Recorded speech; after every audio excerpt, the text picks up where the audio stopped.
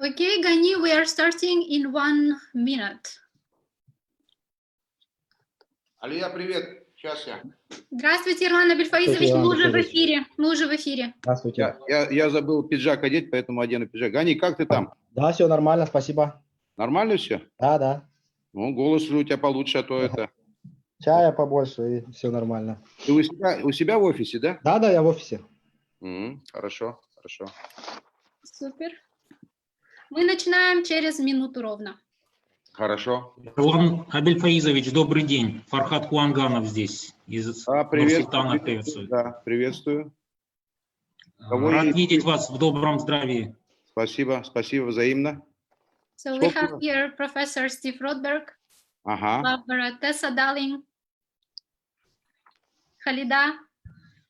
Tessa Daling from One Young World, yes. Welcome. Indeed. Thank you so much.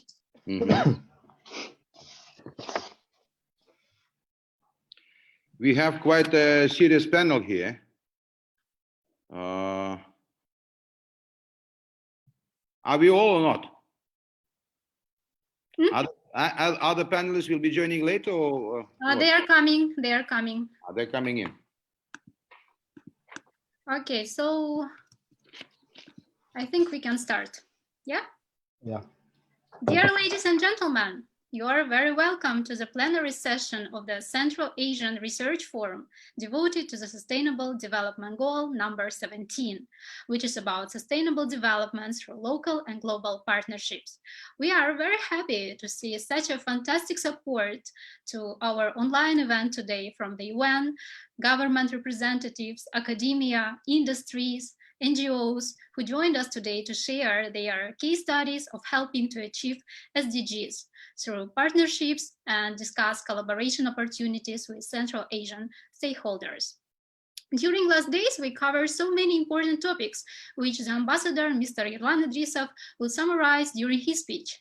We hope that at the end of this session, we could have a follow-up plan for further implementation of researchers' ideas in a broader context of partnerships with the government, business, industry, NGO, as well as local communities.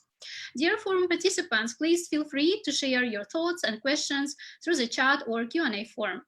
My name is Aliya Galimova. I am the president of the Kazakhstan PhD Association in the UK.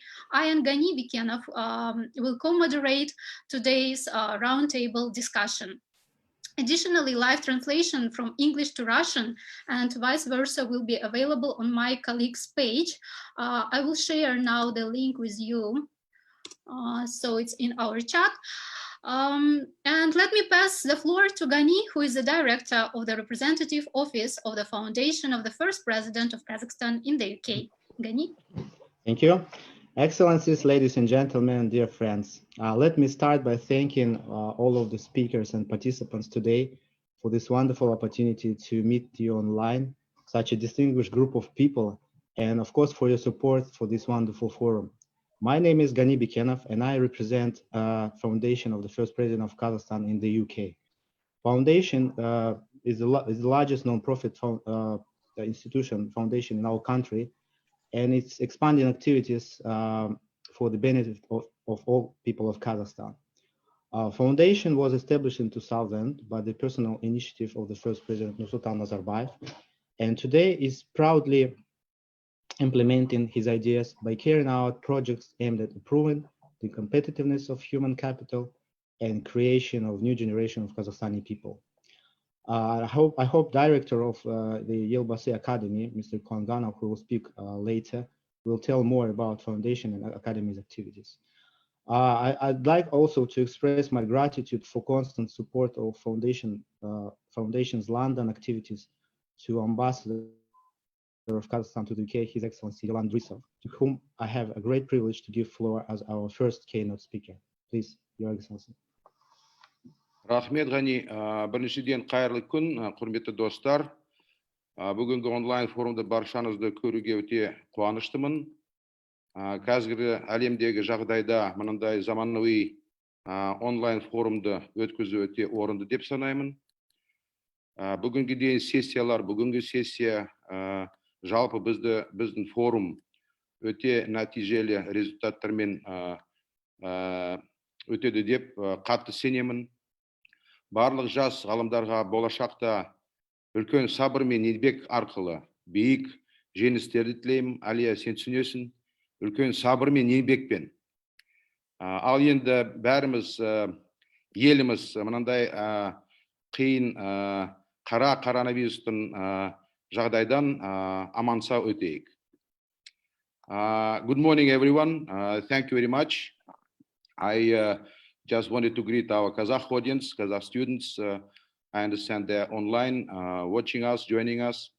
First of all, I'd like to thank all the participants for their fantastic effort to keep up this forum.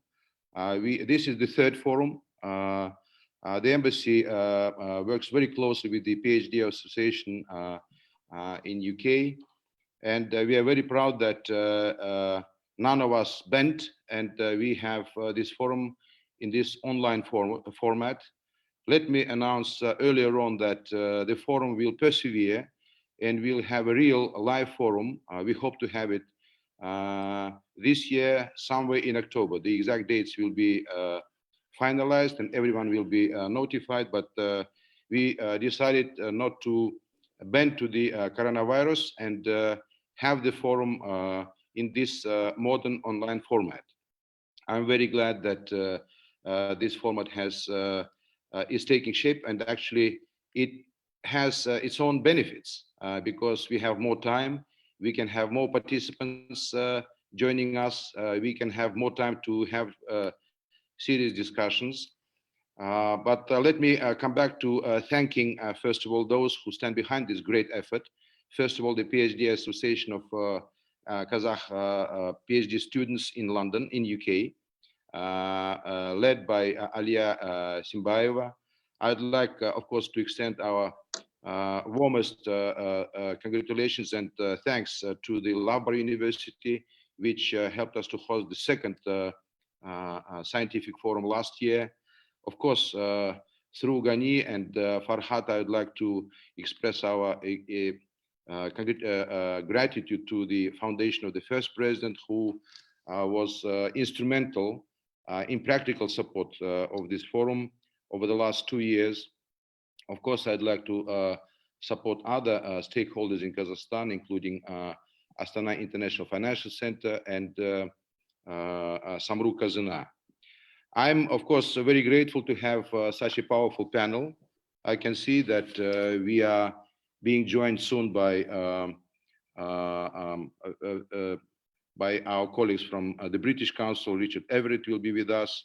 My good friend Rupert Goodman, chairman of the British-Kazakh Society. We have the chief strategy officer from the Astana Financial Center.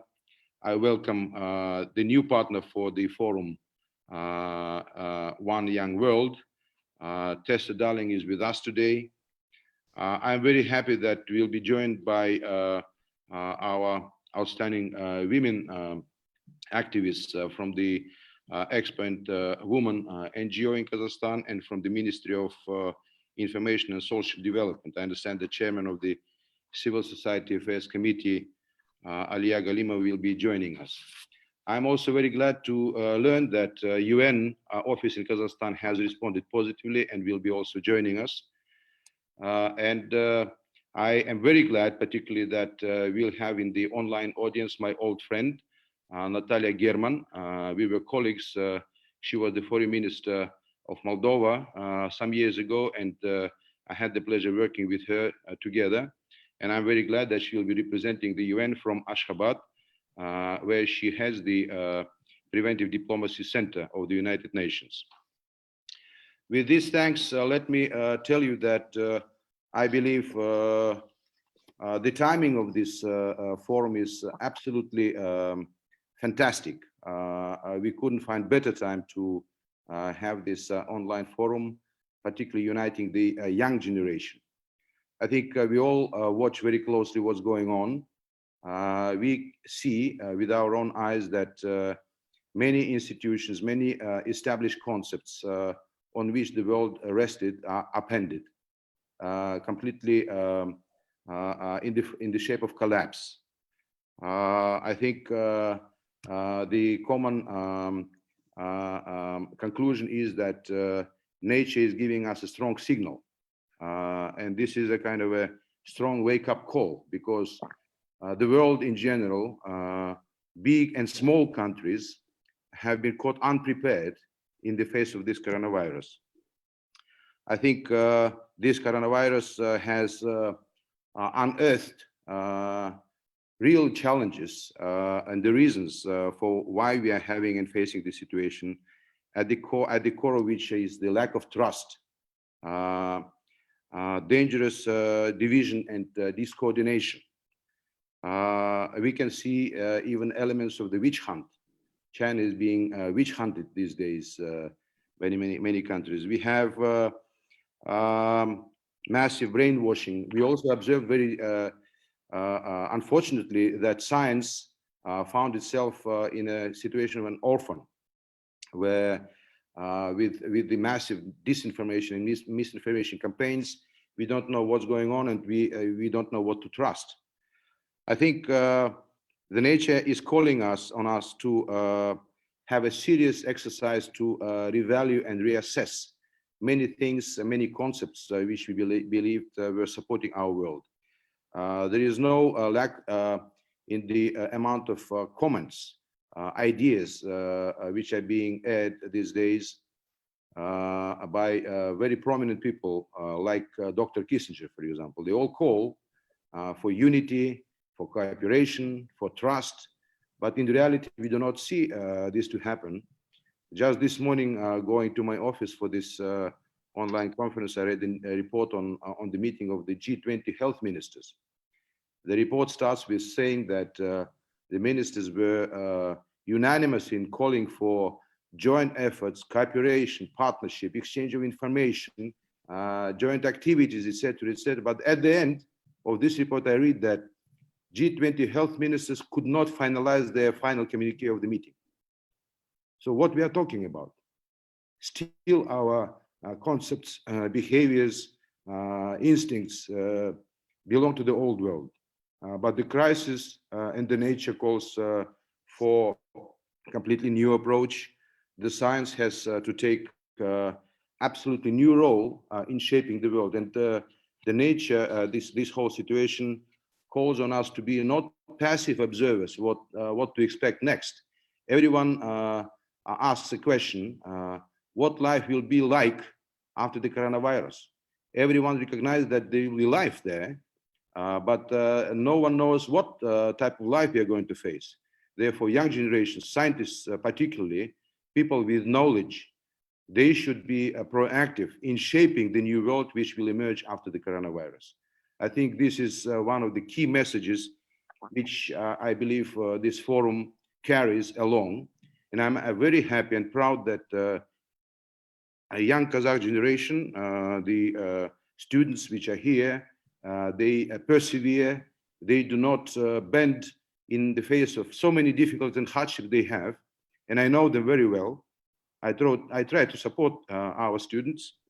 And I think that their small example can show to the rest of the world what can be done and should be done. I'm very happy that this online format allowed us to have an extended opportunity for exchange. As Aliya said, I will try to give a brief overview of what we had. The forum, online forum, is already on from the 10th of April, actually more than a week. For 10 days, dozens of people are engaging each other through online to discuss different topics, and the panels were quite impressive. They really resonate with the current situation which we are facing in the world.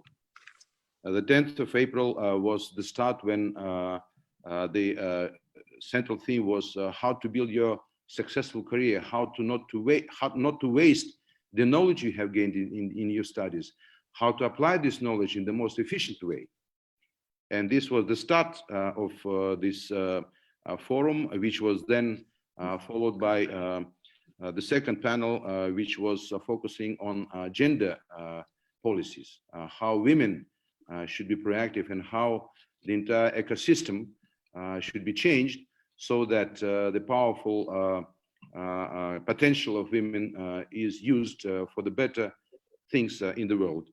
On the 14th of April, there was another panel which focused on science, particularly on space. I think new branches of science like biotechnology, like computer learning, space, and many other things, of which, for example, the best-selling author Dr. Yuval Harari wrote in his multiple books. These were practically discussed, and I'm very happy that the space potential of Kazakhstan was seriously recognized. As you know, Kazakhstan is the haven for the world famous space station called Baikonur. On a regular basis, Baikonur is being used for space launches, and I'm very happy that Kazakhstan is partnering with our space institutions, partnering with global institutions, particularly the British institutions at the Surrey University. I visited Surrey University myself with the delegation of our space team 2 years ago, and we are conducting remote satellites on the grounds of Surrey University. I'm very proud that this was discussed in practical terms at that panel. On the 20th of April, on the 15th of April, we have a special government scholarship called Bolashak. In Kazakh, it means the future, which is supporting. Rupert, hello, welcome. Ambassador Erlan, very nice to see you. You look very relaxed and nice. I hope I'm not too informal. No. Are you in your Wales house or here? I'm actually in our Worcestershire house, and it feels very odd having this great problem raging outside our boundary, but I'm here on our farm, so it's pretty relaxed. Thank you for joining us. I'm just in the middle of briefing the audience on the outcomes of the previous sessions and panels here. One particular panel was dedicated just on Thursday, on the 16th of April, to biotechnology. I just mentioned biotechnology. Biotechnology is at the center of this coronavirus crisis. And I was very proud to learn how so many Kazakh students and other students are partnering together in exploring different enigmatic corners of biotechnology. I'm completely illiterate in biotechnology, but I'm very proud that young Kazakhs are going into the depths of this very important science for today and for the future. Biotechnology is one of the anchors of the future global scientific change.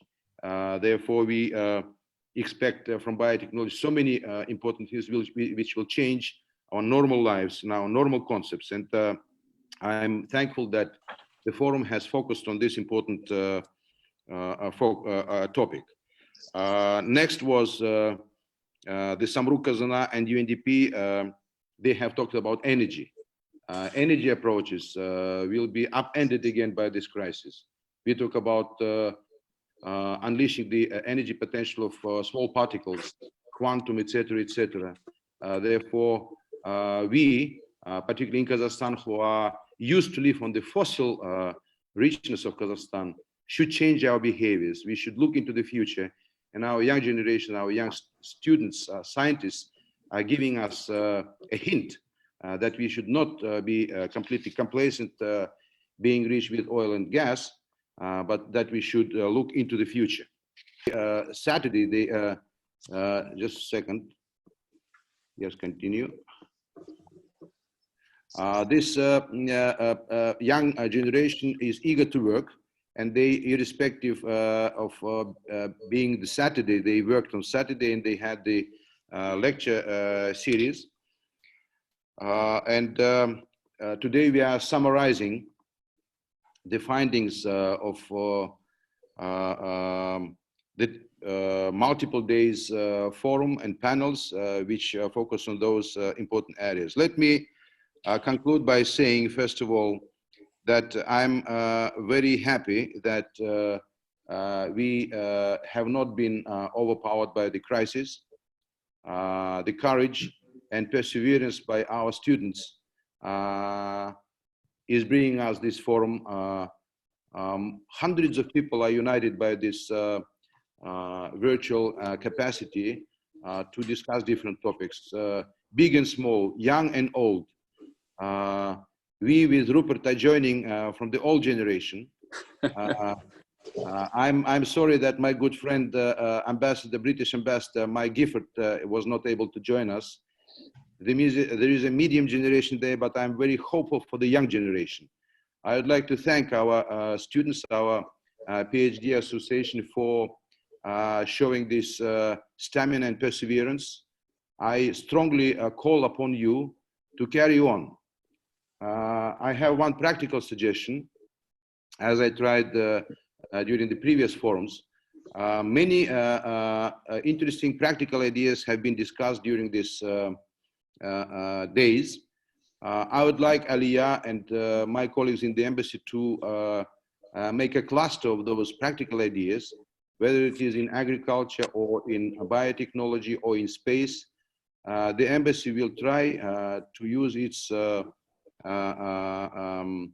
opportunities and capabilities to help to ensure the follow-up for these projects, particularly with different agencies in Kazakhstan, and not maybe only in Kazakhstan, because these are practical ideas. These are the ideas which have the sweat and nerves of so many people. Therefore, we believe it will be a miss and shame not to give further attention to these ideas. Not all of them, of course, will fly, but if some of them will land up and find a very practical follow-up, that would be, I will consider my mission completed.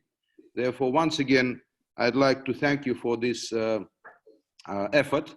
It shows that no virus is able to crush the human race. We have to persevere. We have to come up. We have to come up and come together to open up the windows we have for the greater future. With this optimism, I'd like to thank you for being with us today.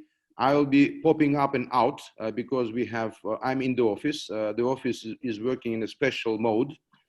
We follow the rules established by the local government.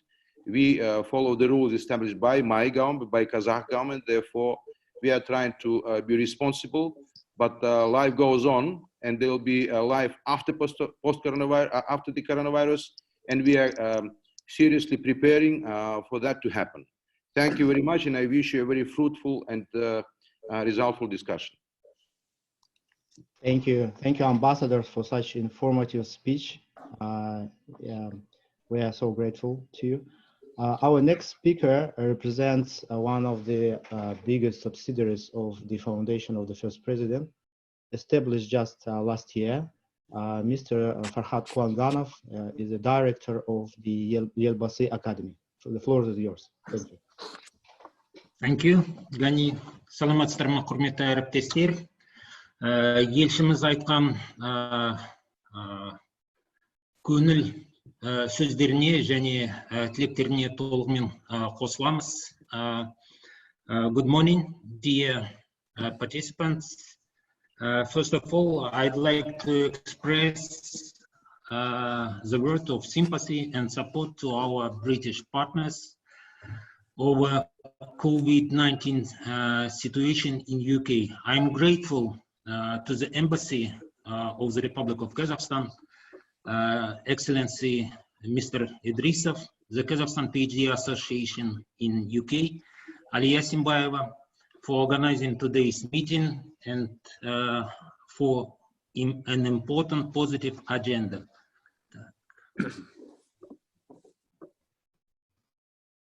Let me load my presentation.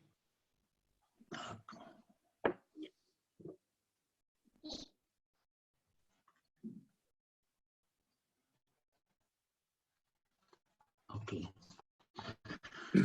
In the context of COVID-19 situation, the sustainable development issues are extremely important.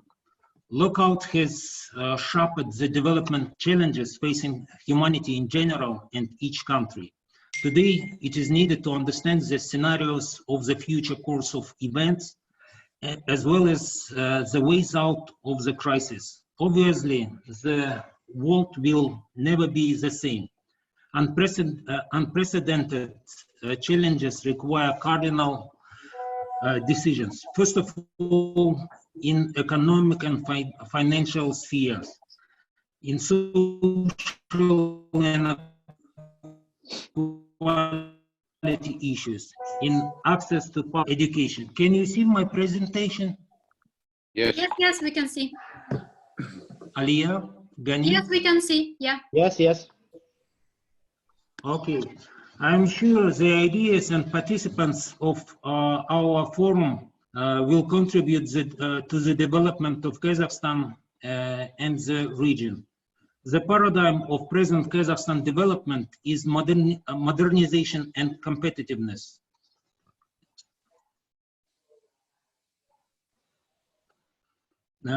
In 2012, the first president of Kazakhstan, Nursultan Nazarbayev, had announced the development strategy 2050. The main strategic goal is to enter the top 30 competitive countries of the world. Over the last 10 years of the industrialization, more than 1,000 new enterprises have been launched, more than 130,000 new jobs have been created. The volume of foreign direct investment exceeds 34 billion US dollars. According to the World Bank Doing Business 2019, Kazakhstan takes 28th place among 190 countries. The UNDP Human Development Index, Kazakhstan took 50th place among 189 countries. That is, we have entered the group of very high development countries.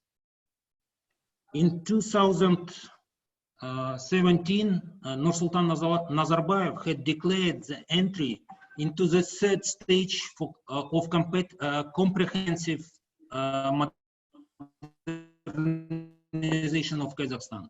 Modernization 3.0 includes several directions: political, economic, technological, social, and spiritual components. Mainly, these reforms are fixed in the Plan of Nation 100 specific steps.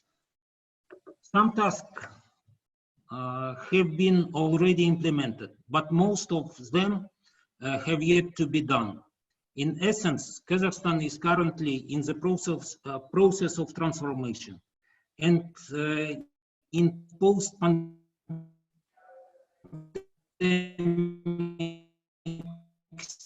modernization for Kazakhstan. Different groups of experts, think tanks are in active discussions.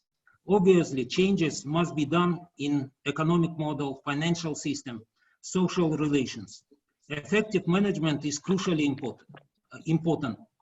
Any modernization is related tightly to the professional and managerial elite changes.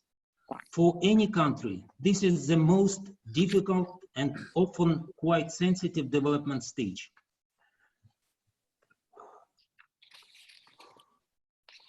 I represent the Academy of Elbasy under the foundation of the first president of the Republic of Kazakhstan. We consider the human capital development as the key to successful modernization of our country. The first president foundation activities is aimed at creating an effective system of social elevators, supporting talents and fostering leaders. In many countries, such systems have been created, so they are successfully working to achieve high quality human capital, especially the managerial and professional elites. In Singapore, for example, talent management system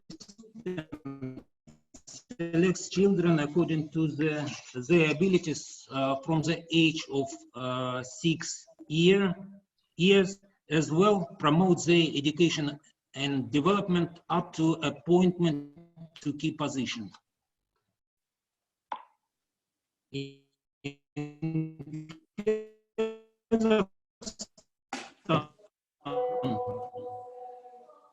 More than half of the population is children and teenagers. They will be together with the government launched a new yearly model to search and develop young talents and leaders, including those living abroad. Some projects are aimed to reduce inequality between rural and urban schools. So the Academy launched the project Manbala, so-called Manbala, to hold the National Intellectual Olympiad among rural schools. The 1,000 most talented students proceed study at schools for gifted children or at the Academy online school. The pandemic,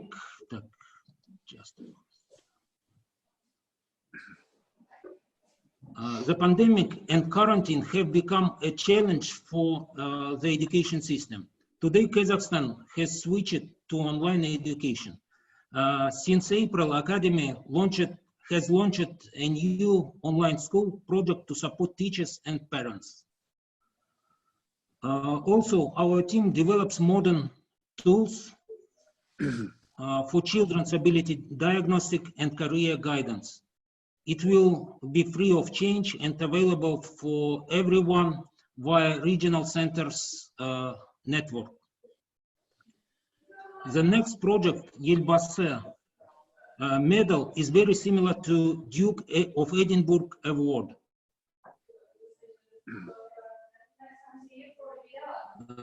The target group is school kids, college and university students. Includes 7 sections: talents development, sports and physical recreation, expeditions, voluntary service, national heritage, reading books of Golden Fund, and labor practice.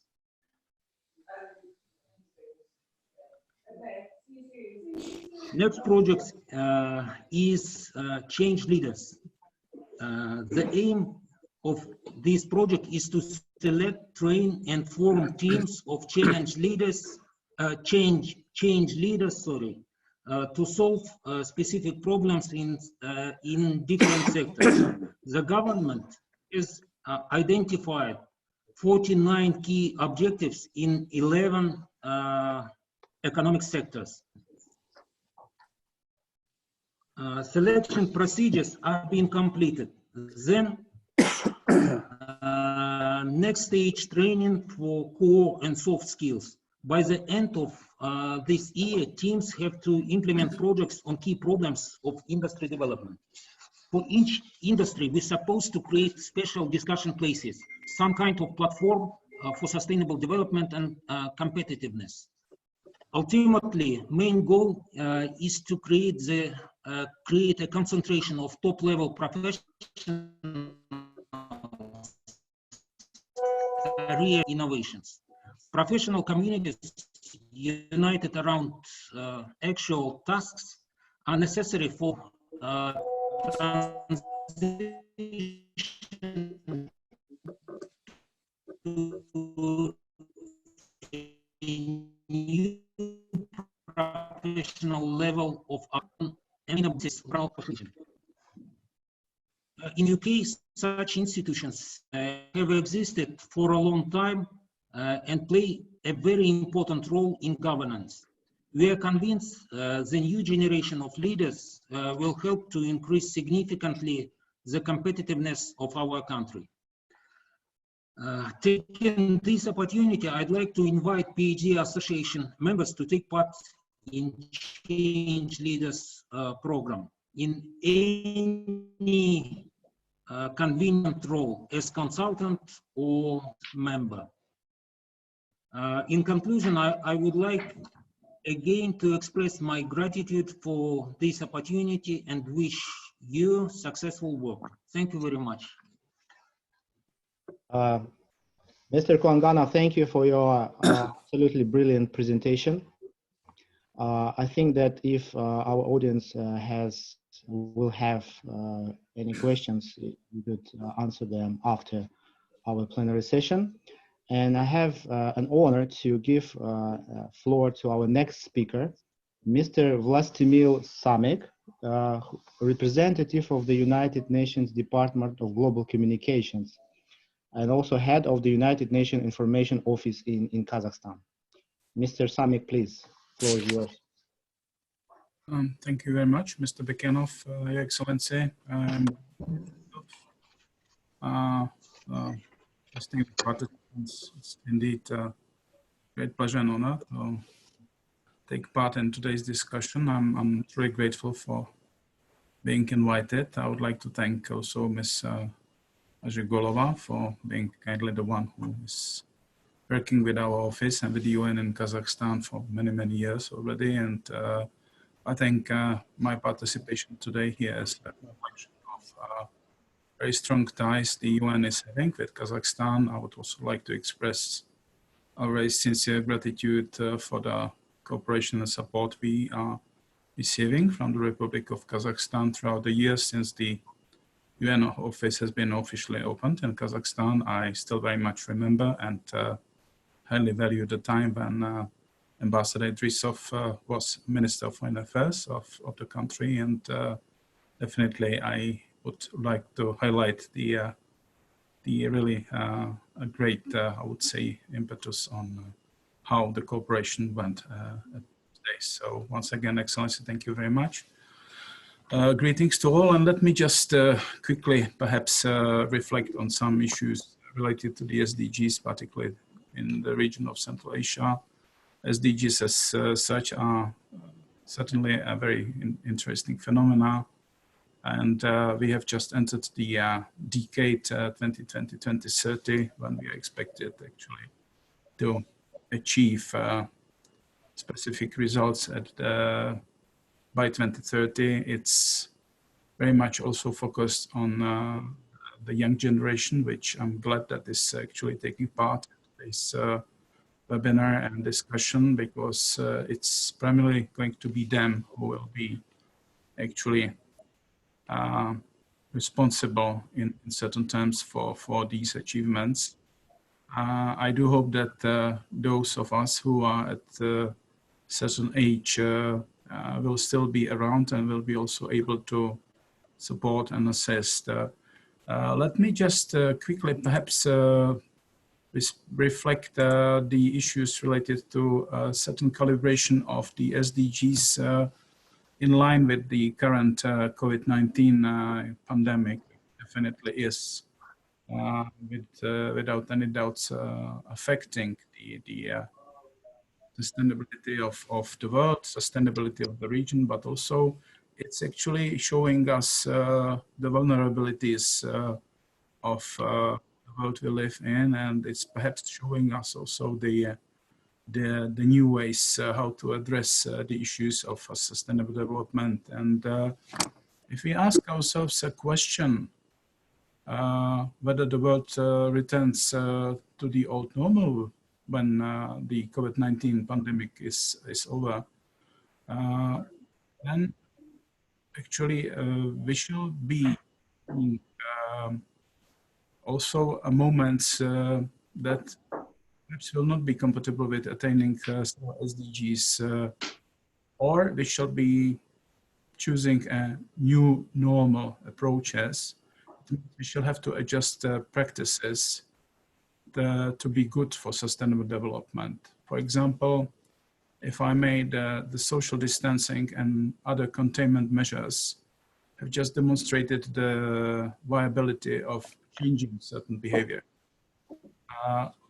We are experiencing less international and domestic transport, and also having a positive near-term impact on improved air quality and lowering greenhouse gas emissions when speaking about the environmental kind of impact. And with the right mix of economic policies and fiscal stimulus, investments in healthcare and social protections, I think we can move to recovery pathways that do not take us back to the same levels of waste and pollution, inequality and joblessness, but they could ensure greater economic, environmental and social sustainability. And the UN through its Secretary General, Mr. Guterres, definitely kind of very much interested in being part of the discussion and most importantly, implementation. So Mr. Guterres has recently announced the establishment of the COVID-19 Response and Recovery Fund and launched also a report serving as a call to action. What is interesting that this particular fund has three aims with the finance window for each. It's to stop transmission of the virus, protect the most vulnerable from its socio-economic impact, and make countries more resilient to future health crises. Here, I would like just to highlight that it's a phenomenon that is touching the whole world and no one is excluded. Perhaps if we see a few countries in Pacific region, but otherwise it applies to practically all. Then when I take these three windows I have been referring to, so the window one is actually to enable governments and communities to tackle the emergency.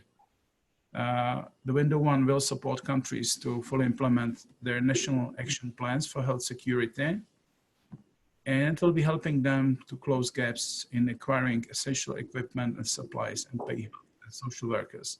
That's actually what is happening already. And those two then should be actually aiming at reducing social impact and promote economic response, support immediate social protection measures, including cash transfers and food security. Again, we are witnessing that in the region of Central Asia, to be more specific, we are seeing that it's happening already. And it also should be and is enabling schools and youth programs and learning to meet children's food and educational needs, while boosting digital innovations to support employment, livelihood, and social services. Here I would like just to perhaps refer to new phenomena of the 21st century, which we are facing now, that due to a pandemic of coronavirus, the digitalization and the, let's say, speed and availability of internet is one of the key factors in facing the COVID-19 pandemic, but also a very important instrument for further sustainable development. And the Windows 3 is about better recovery, focusing on national preparedness measures, such as maintenance of key services and workforces during crisis. Indeed, it includes also laboratory capacity. And this window also is focused on investment in innovative delivery of public services to achieve sustainable and inclusive economics that leave no one behind and safeguard country SDG programs from COVID-19 related setbacks. And I think this is the most important thing, that we avoid and prevent the setbacks. In conclusion, perhaps, if I may just quote the Secretary General Guterres, he said that pointing to the 2030 Agenda and its 17 Sustainable Development Goals as a roadmap from the COVID-19 crisis must lead to a different economy, more equal, inclusive, and sustainable, to be more resilient to pandemics, climate change, and other global challenges. And I think this is the essence, which I hope is going to be included into this discussion. And again, the kind of remarks should be not too long. I see many distinguished speakers still actually to deliver their speeches, but most importantly to share their views, their wisdom, their experience. So definitely I would be more than pleased to be part of this wonderful conversation. I'm truly and extremely grateful for being actually invited, and I wish all of us to not only have a productive exchange of views, but also to continue the mutual engagement, to keep in touch, to have these wonderful online seminars more often, because there are many themes which simply, due to time limitations, we cannot address today.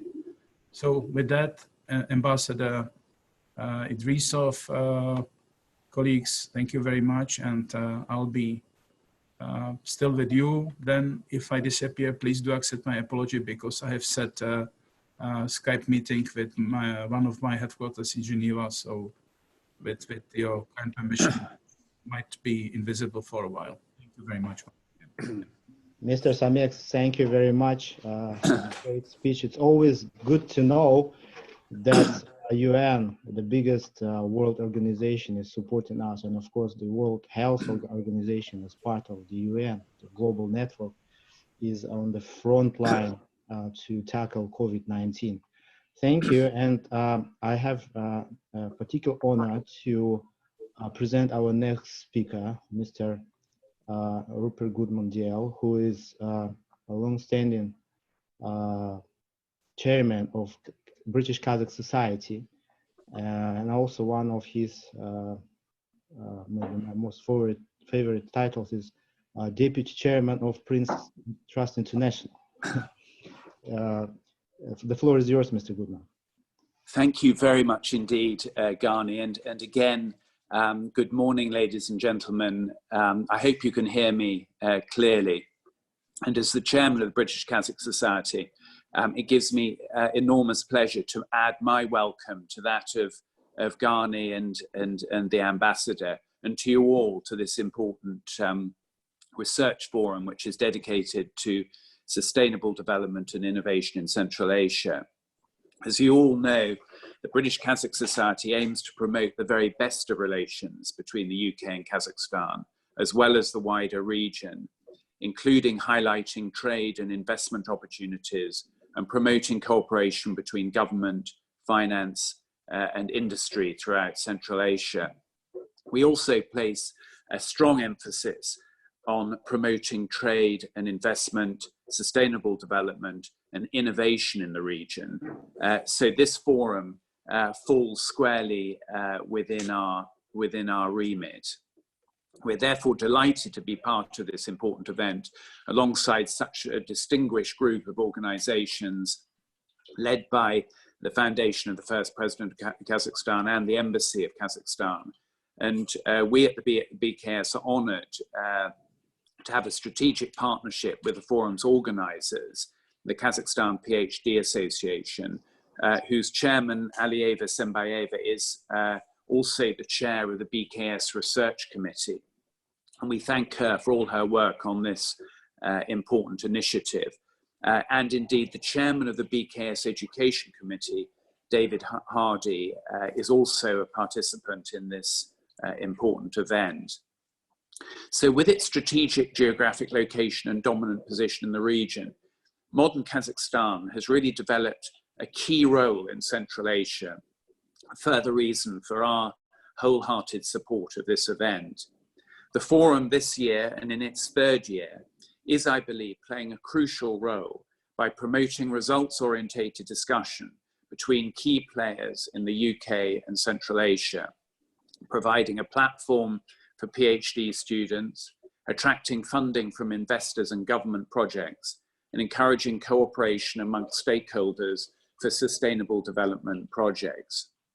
At the BKS, we are firm supporters of this collaborative and multilateral process. Central Asia represents a diverse mix of states with key strategic importance given its geographic location and significant natural resource wealth. A range of multilateral organizations recognize Central Asia's key global role and are engaging in many joint projects. And I thought it was worth this morning just highlighting some of these projects. This is not a comprehensive list, but it indicates the importance with it which the region is taken by multilateral organizations. So, for example, the World Bank is working in close partnership with Central Asian governments to strengthen energy and water security in the context of changing global environment. It is also assisting with regional trade activity, especially with regard to enhancing regional transport links. This is an important research area. The World Bank is also working with Central Asian nations on their pandemic responses, and we've heard something about that from the previous speaker. This is increasing disease surveillance, embracing public health interventions, and sustaining jobs. The World Bank President for Central Asia has recently stated it is imperative for policymakers to act decisively, moving rapidly to strengthen health systems and social safety nets, supporting the private sector, and preserving financial stability and confidence. This collaborative approach is essential. The European Union recently announced a renewed partnership with Central Asia, focusing on 2 projects. Firstly, Partnership for Resilience, an initiative to help strengthen Central Asia's capacity to withstand internal and external shocks, as well as to enhance reform. Secondly, there's the Partnership for Prosperity. This is a project supporting economic modernization, promoting sustainable connectivity, and investing in youth. The EU has committed to being a reliable partner for the modernization and sustainable development of Central Asia. And this approach builds on the region's centuries-old tradition of bringing Europe and Asia together.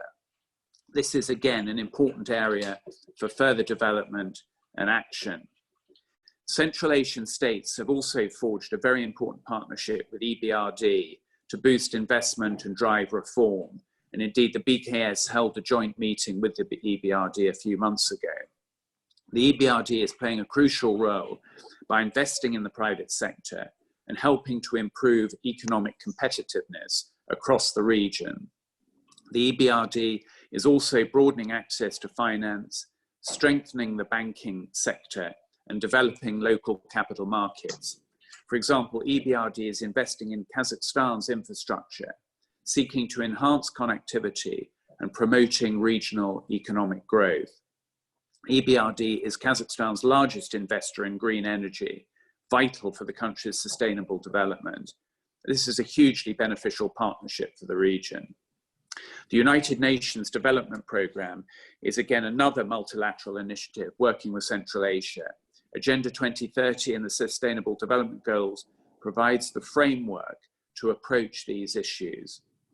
The UNDP has confirmed that Central Asian countries have embraced with enthusiasm the Sustainable Development Goals.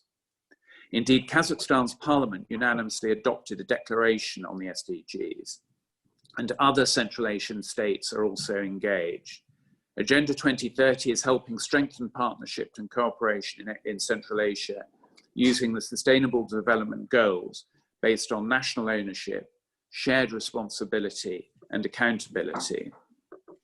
Again, the USAID Central Support for Stable Societies project is another good example of a Central Asia-wide initiative to research, collect data, and test strategies with the objective, in this case, of reducing community risk to violent extremism.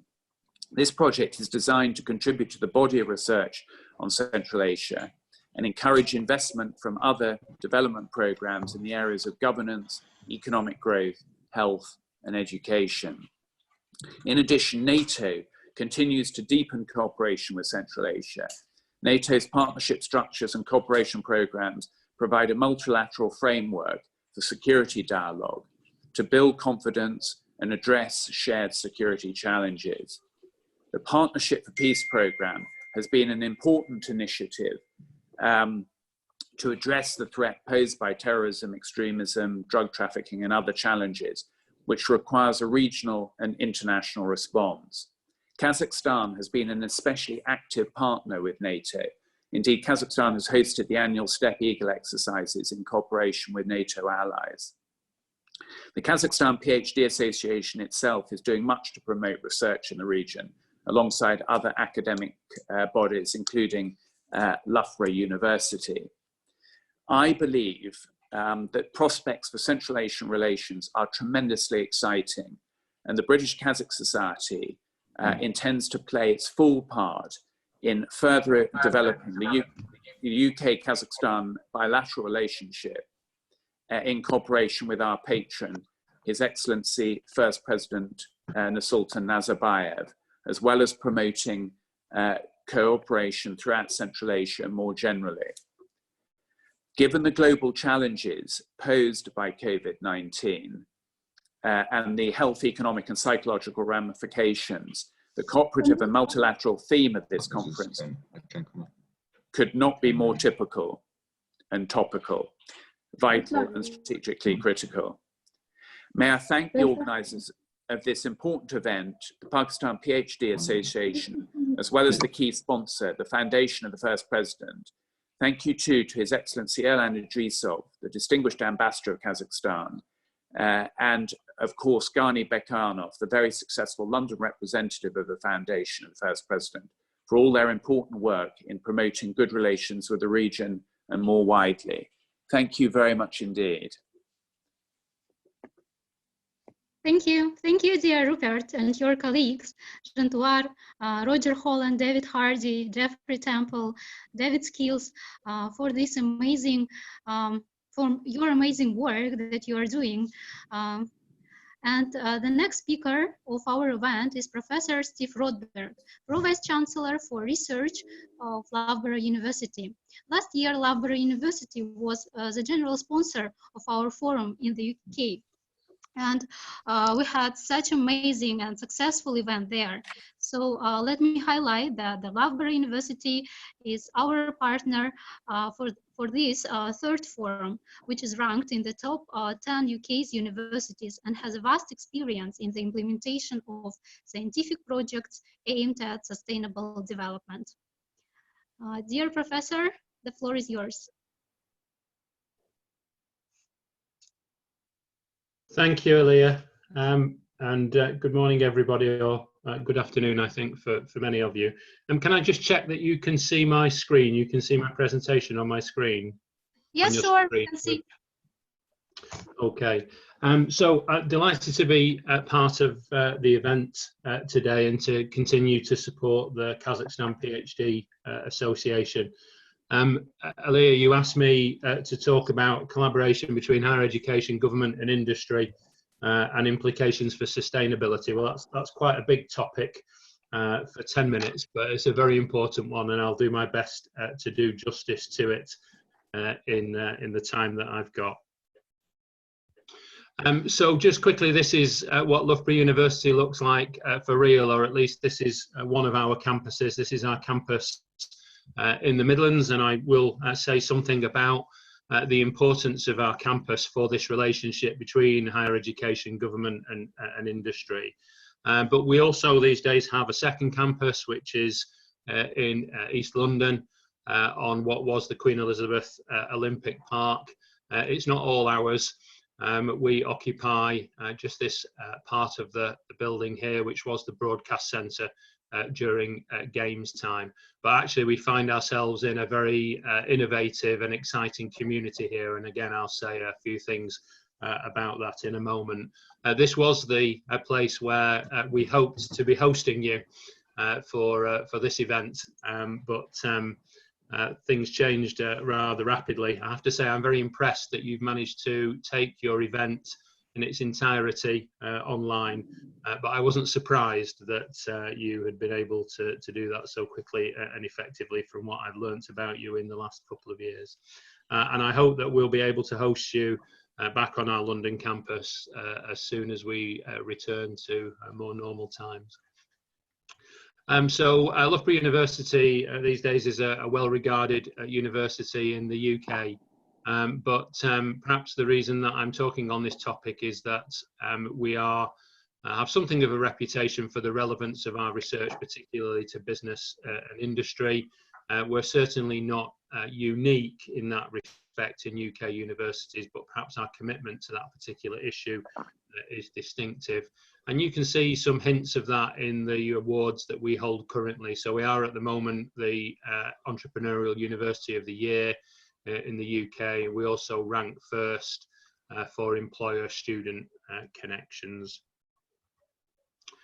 In our research priorities, you can see that sustainability, if I talk to that for a moment, features very prominently in priority research areas, and we are a signatory to the Sustainable Development Goals. We pick out 9 areas for our research that are our kind of big research areas, and I'd point to areas like built environment, high-value manufacture, transport technologies, changing environments and infrastructure, energy, and secure and resilient societies as being areas where sustainability issues are to the fore. And of course, in times of the COVID-19 crisis, then the work that we are trying to do in secure and resilient societies has just taken on an altogether more significant look to it.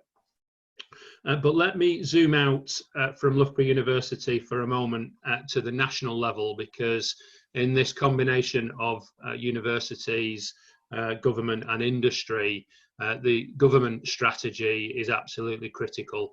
In the UK since 2017, we've had an industrial strategy that we work to. The government picks out these 4 areas here as being the grand challenges for the UK for the coming period. And within that is this area of clean growth, in which lots of the important areas of sustainability are captured. And those important high-level statements cascade into all different parts of our higher education system. So this is a slide from the Engineering and Physical Sciences Research Council, which is one of the 9 parts of UK research and innovation. That's the government body that funds research and innovation.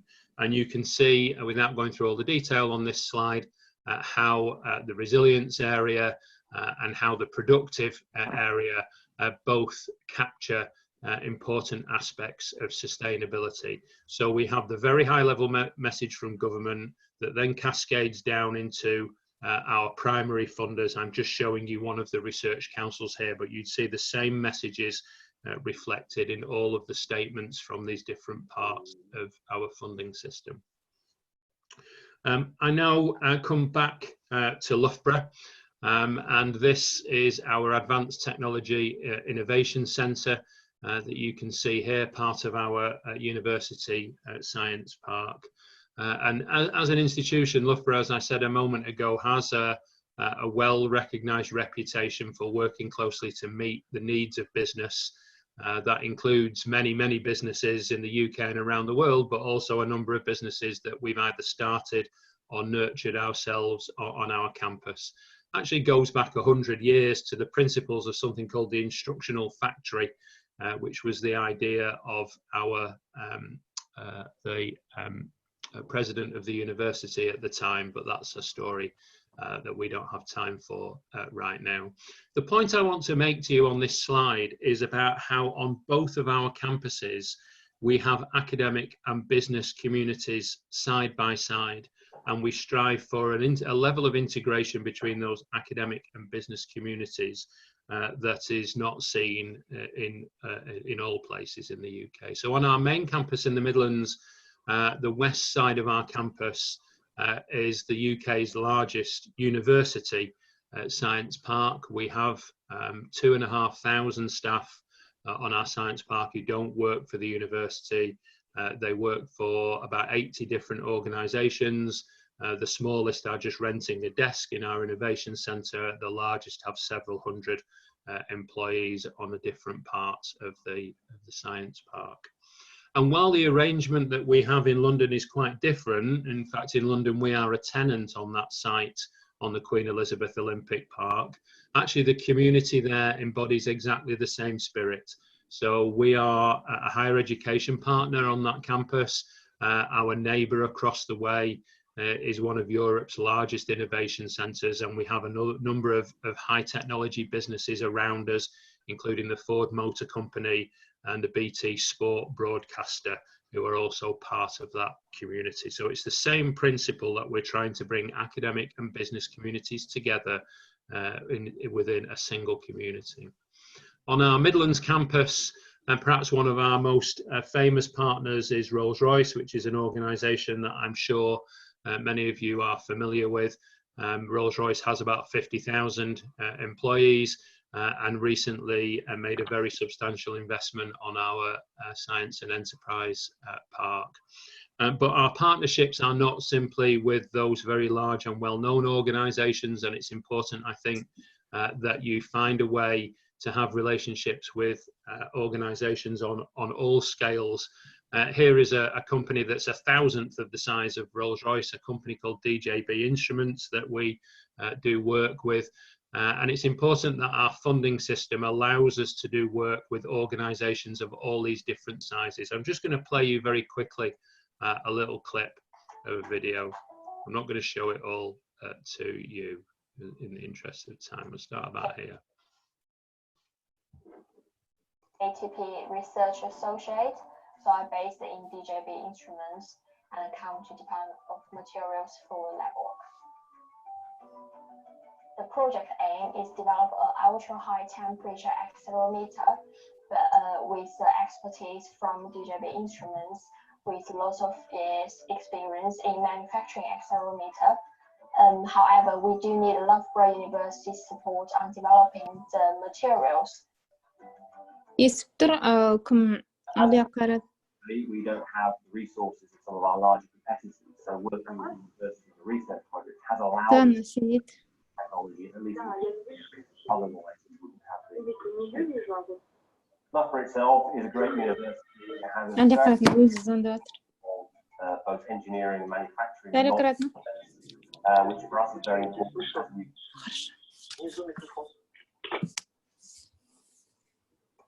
Okay, I'll stop it there because I think it gives you the idea.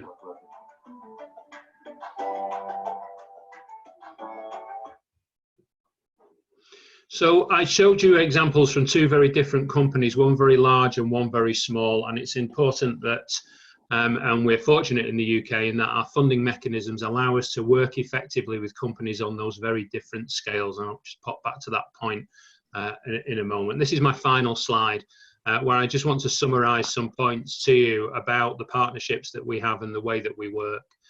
First of all, I'd like to say that there are many different kinds of partners, and though I'm going to focus on business and industry, I do want to make the point that those kind of partners, they can be from public, private or charity sectors, but they also require us to work effectively with other partners such as our local, regional and national government, schools and colleges in our local area, other universities across the UK and internationally, and also sector governing bodies. So at Loughborough, where we have a reputation for our sport, we work very intensively with the governing bodies from that particular sector.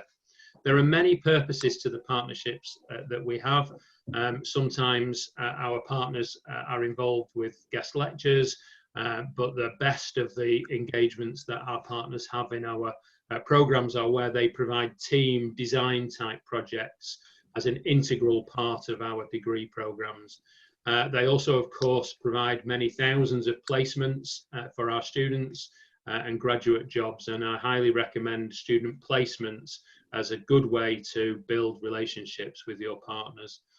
In collaboration, of course, there are many research and impact projects that are underway for our PhD students or for our postdoc research community. Lots of knowledge transfer activity, and the DJB Instruments example was a good example of that. Secondments into the university are very valuable. Secondments out of the university are very common, but secondments into the university are really incredibly valuable. We work sometimes with intermediaries to make that knowledge transfer. We talk about the valley of death in the UK. I don't think it's a concept that's unique to the UK, but sometimes in order to get from a university research lab out into the commercial world, you need production scale facilities that are available for a research activity, and that requires special intermediate organizations that we work with, in fact, in one case that we've established to make that transition. There are some magic ingredients that I list just in the bottom right of this slide, just to finish off. I think it's really important that if you want to make a sustainable relationship, you have to have distinct contributions that you can each make, something that the other doesn't have, something that enables the other partner to do something that on their own they could not manage. And really important to think carefully about that. On the Rolls-Royce slide, I talked about a 30-year relationship, and that long-term commitment means that you share a level of detail and intimacy, aspects of your businesses that enable you to do special things together that you can't do when you don't know each other so well. The best of our partnerships are multifaceted. Our partners will work with our students, they'll work with our research, they might be a partner on our science part. The more facets there are to the relationship, the more successful they can be. Public funding is absolutely critical, and that funding has to work for partners on all scales. So from the DJB partners who maybe have 50 employees to the Rolls-Royces who have 50,000.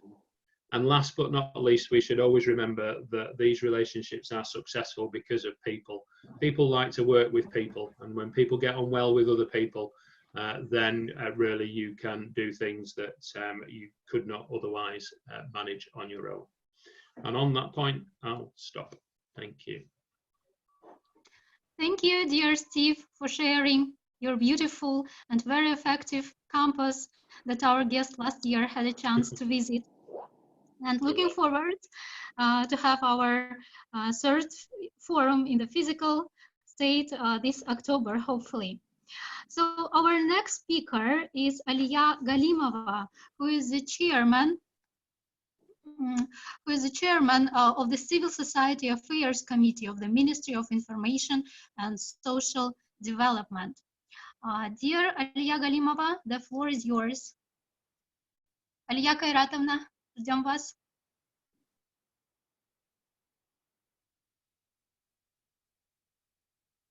So we have some technical issues, I think. Just 5 minutes. Aliya Galimовна, Kayratovna, вы меня слышите?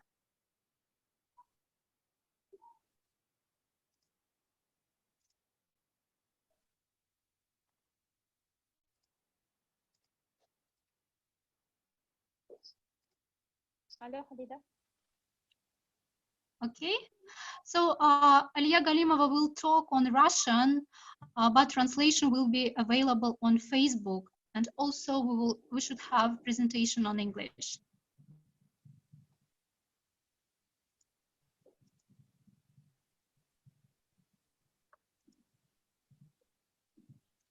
Aliya Kayratovna, вас не слышно.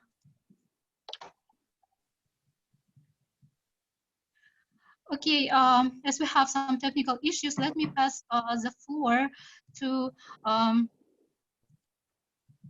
Mr. Richard Everitt, who is Director for Education and Society for Wider Europe at British Council. Dear Richard Everitt, the floor is yours. Thank you very much, and good morning, good afternoon, everyone, Your Excellency and distinguished guests on this panel. And again, I just echo Professor Rothberg's congratulations on moving this so quickly online to this forum. And I attended last year's event in the Loughborough University, which was excellent. And I remember the high quality number of students and the kind of quality of discussions that took place there. So congratulations for running this again in the third year. For the British Council in Kazakhstan, we're actually just going through our planning process for the next 3 years. This in a year where the British Council has been continually active in Kazakhstan now for 26 years. And we're investing again more into Almaty and into Nur-Sultan, moving our director up to the capital city to engage better with the Ministry of Education in the coming years. And I enjoyed speaking and meeting with the new Vice Minister of Education at the Education World Forum this January. I think for probably two areas I want to focus on for our focus of practical things going forward with the British Council. One will be obvious to you about English language training and learning. And we really would like to carry out across Kazakhstan a kind of in-depth analysis on English language levels. This is something we do with the Australian Council for Education Research called English Impact Survey, which we've done around the world. And it gives the highest level of understanding on teacher and learning needs of English. And we hope to do that in partnership with the Ministry of Education in the next year or so. We're currently working on something called virtual teacher activity groups, using online platforms to give professional development for English language teachers in Kazakhstan. The areas of self-access for professional development, special interest areas, and so they can continue their professional development and learning online. And we're also piloting that across other countries, but we want to roll that off across Kazakhstan as well. We'll continue, of course, the work we're doing with English language training for journalists, and places like Atarau. We're also doing there with in partnership with Chevron TCO to work in some of the English language teaching for youth groups as well. So English will continue to be a kind of strong driver for things we do across Kazakhstan. And another area I want to speak about just follows on really from Pro-Vice Chancellor Rothberg's comments on higher education.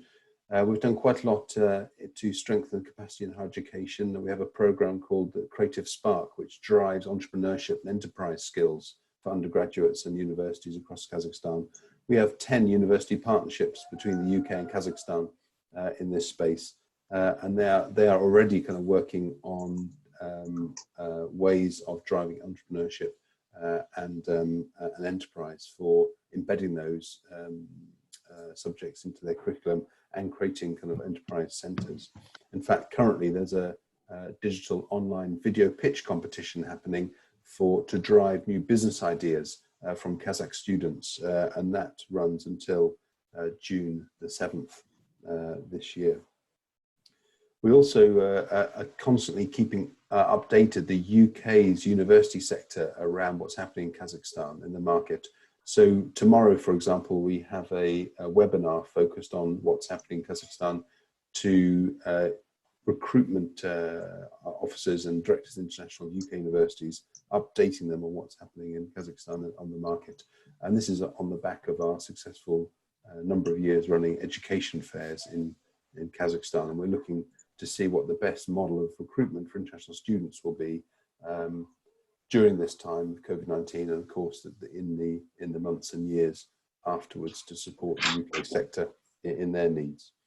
And then the final piece I mentioned is around a program we have called Higher Education for Employability, which is also focused on trying to drive up the levels of graduate employability across Kazakhstan through quality assurance mechanisms and through the role of English language in higher education, and in aligning, trying to use the experience we have in the UK to align education outcomes to the needs of the market.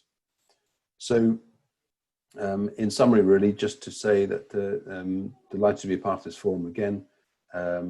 British Council continues to be a friend and continue to be a friend of Kazakhstan, and will continue to work in supporting the education and cultural relations between the two countries. Thank you very much. Dear Richard, thank you for being with us today. Thank you for your continuous support. So you are participating the second time, so hopefully we will see you also in October when things will be fine. Thank you. So our next speaker is Professor Alexander van der Poot, Chief Strategy Officer of the Astana International Financial Center. So the AFC is our one of the most important Kazakhstani partner who sponsored and who organized our second forum in Kazakhstan, as well as actively supported our forum this year by sharing their current projects, organizing workshops, as well as showcasing the effective response to the coronavirus outbreak. Professor, the floor is yours. Thank you. Good morning from Nur-Sultan. Can you see my screen? Yes, we can see. Thank you. Fantastic. Thank you very much for confirming that. Ambassador Idrissov, lovely to see you online. And thank you to the organizers for inviting me. Now, I cannot see my Zoom anymore. 1 second, please. If I move this forward, do you see my second slide now? Yes, we can see. Okay, lovely. Then everything is working. What I would like to talk about today is 4 different areas, and obviously they're related to the Astana International Financial Center and how it will contribute to sustainable development in Kazakhstan, but also, as Aliya mentioned, we recently developed scenarios in order to understand how the current pandemic actually could affect our strategy. So I will first talk about new realities. So some are recent, some are current, some are actually emerging. Then I will talk about the vision, mission, and strategic directions of the AIFC. And then I will also talk about the stress testing. And then I have a final slide, which actually is on conclusions with regards to sustainable development in Central Asia. So let me start with the new realities. And here I will not talk about COVID-19.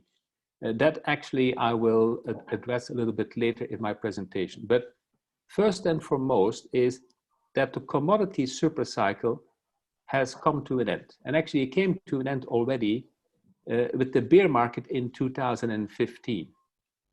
I would argue that also it will not come back. And as Ambassador Idrissov mentioned at the very beginning, indeed in Kazakhstan, we have relied heavily on the development of natural resources in order to grow our economy. So that's a reality that we definitely have to take into account going forward. Another one is that, well, sustainability is coming to the fore, both with the Sustainable Development Goals, but also with the Paris Agreement. And Kazakhstan has, of course, ratified both of them, which is a strong positive. But now we also have to we have to make sure that the commitments we have made, we also materialize them. An interesting fact is that returns of ESG compliant investments tend to be these days higher than non-ESG compliant investments. So that's actually was research shown by Amundi, the Paris-based global asset manager, one of the top asset managers in the world, in fact. Now, the third new reality is that the 4th industrial revolution has arrived. And here I'm using the definition of Klaus Schwab of the World Economic Forum, where he says the 4th industrial revolution is the fusion of the physical, digital, and biological world. What does that mean? Well, it means several things. First of all, is that we will see more digital as opposed to physical, but also we will see rapid advances with regards to biotech and other aspects related to biological. Is that good? Well, it depends how we use it. There could be ethical issues related to that, but it creates tremendous opportunities. What else? Well, globalization is now increasingly driven by digital trade. I show a slide here from DHL, but I've seen similar slides and analysis by McKinsey and also BCG. And I would like to pay your attention initially to 2 of the curves. The yellow curve, which is global trade flows, but also the gray curve, which is actually global capital flows. And if we go back to the time of the global financial economic crisis, 2007, 2008, both actually took a big dip, especially global capital flows. But what is more interesting is that global capital flows have only recovered to their 2007 peak in 2017, and that global physical trade flows have actually not yet recovered, including in 2019, which is not shown on this graph. Now, what is, however, interesting is the black graph, or the black line on the graph. And that shows exponential growth in information flows, and that actually enables increasingly digital trade. The final reality I want to focus on is that technology is accelerating disruptive change. And let me first look at economic change, and then afterwards I look more at technological change. If you look at Britain, it took them 155 years to double GDP per capita. And this was at the time, obviously, of the first industrial revolution. The US and Germany did it in 30 and 60 years. But now India and China, and each with 1.2, 1.3 billion people, are doing this at a scale and pace never seen before. 100 times the people of Britain at the time, of course, and a tenth of the time. So they're doing it faster and with more people. But on the right-hand side of this slide, I want to pick out just two. And I will start with the bottom and then actually refer back to the top of that slide. So if we compare, for example, electricity to the World Wide Web, this is analysis for the US, but it took 46 years for electricity to reach 25% of the US population. But it only took 7 years for the World Wide Web. And then the other one I would like to refer to is the telephone. It took 35 years to reach 25% of the people, and mobile phone, on the other hand, 13 years. Now, why is that important? Well, Ambassador Idrissov also referred to the young generation. I'm still part of the baby boomers. I was born in 1960. But my students are what? They're actually millennials and increasingly Generation Z. They have grown up with these technologies and they make extensive use of them. And they actually are much more conscious about socio-economic, environmental issues than just focusing on short-term economic growth. So those are a couple of new emerging realities that we need to take into account, and actually that we took into account when we established or created the design blueprint for the AIFC. So let me now turn to the vision, mission, and strategic directions.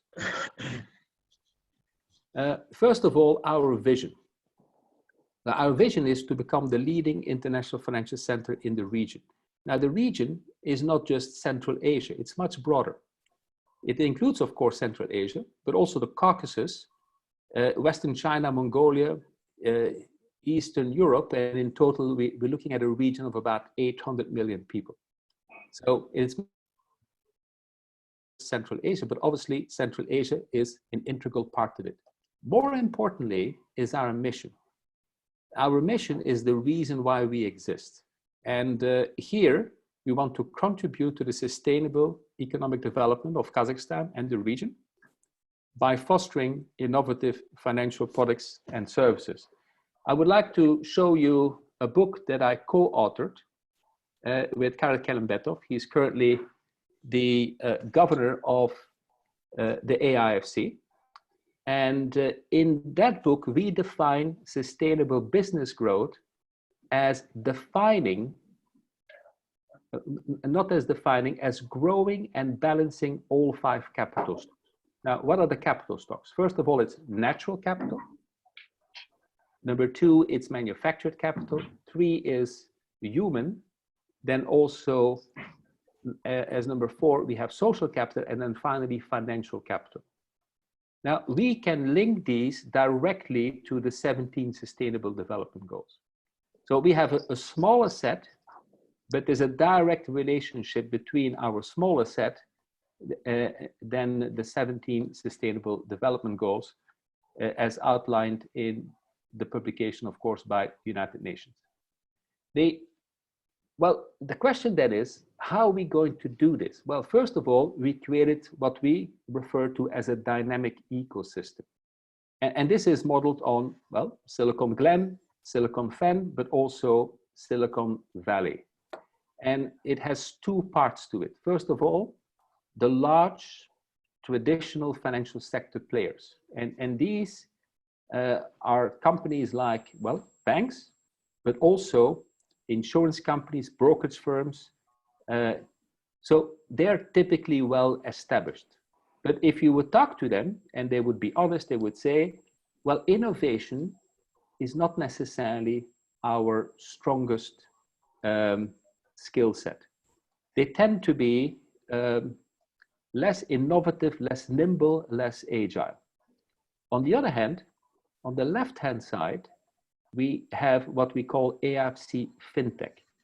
And here we have nimble startups, tech entrepreneurs. They could be funded by the traditional financial sector players. They could also be funded by venture capital firms or even by family but not necessarily about through public money. Here it's really the private sector that drives innovation and help grows entrepreneurship, but also SMEs, small and medium-sized enterprises. What makes it dynamic is what we have at the center. And before, the provost of Loughborough University referred to that as well, is that basically at the university, and we have an IT university based at the AIFC, the university actually brings business and academia together. But there are other service providers as well, like venture capitalists, law firms, management consultants, and so on. And this becomes a dynamic, continuously evolving system that allows us to address the challenges, but also grasp the opportunities that we're facing in Kazakhstan and in the region. Now, let me then go to our strategic direction. So I refer to our vision, I refer to our mission, but then actually, where should we attract foreign direct investment in order to achieve that sustainable growth in Kazakhstan and in the region? Three areas that we are focusing on. One is scaling the circular economy. Number two is invest in physical, but also digital infrastructure. And finally, leapfrog in the future by leveraging the fourth industrial revolution. Now, scaling the circular economy, what we mean there is actually reducing, reusing, and recycling waste. Does that have opportunity? In the European Union, about 1% of incremental GDP growth over the next 30 years. In Kazakhstan, natural resource-rich country, it could be double. Let's say it's 1.5%. I don't think we want to leave that off the table. In addition, it will stimulate entrepreneurship. And because it's driven by small and medium-sized enterprises, it becomes also quite scalable. Investment in physical and digital infrastructure, if well designed, has a very high economic multiplier. It stimulates directly less entrepreneurship, indirect it does, but it's highly scalable because it is based on large-scale investments, but both in the digital and the physical space. And then finally, leapfrogging in the future by leveraging the fourth industrial revolution. Here, actually, we score on all the dimensions that we're looking at: the sustainability, the economic multiplier, the scalability, but also the fact that this would not only be accessible to the large players, but also to the smaller players. We don't just want to do this, of course, in the financial services sector. The AIFC exists in order to contribute to the broader economy. So we want to apply this to the agriculture sector, to the oil and gas sector, to the mining sector, in order to make them more sustainable, but also to make them more resilient. And the term resilient has already been used today as well, and I will come back to that in a minute. Now, why then is the AIFC crucial to help achieve that? I used to work at Shell. I was responsible for its global investment portfolio. And this is a long time ago. I left Shell in 2004 to join the World Economic Forum. But I still remember vividly that Shell would actually invest where the resources are. And as a result, it has no choice where to go because resources are not necessarily available where you want them to be.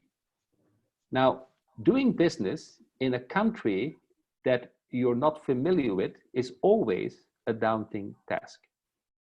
Whether this is Kazakhstan or Russia or China or even the United States, it's always going to be a challenge for a number of reasons. You may not be that familiar with it. Culture may be different. Access to financing may be different. A variety of challenges that you would face.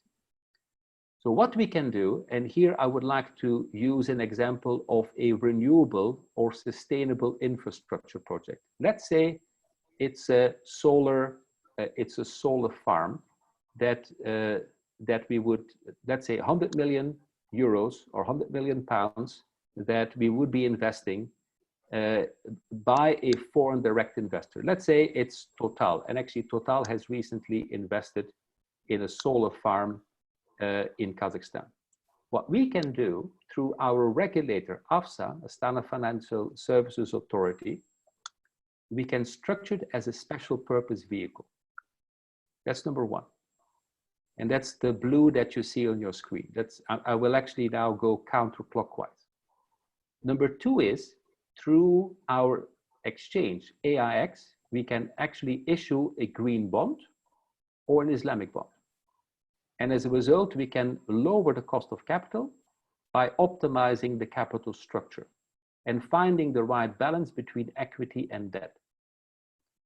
Number three is we have an international court under English common law, but also we have an international arbitration center. And what does that help? It helps to provide asset protection to foreign investors.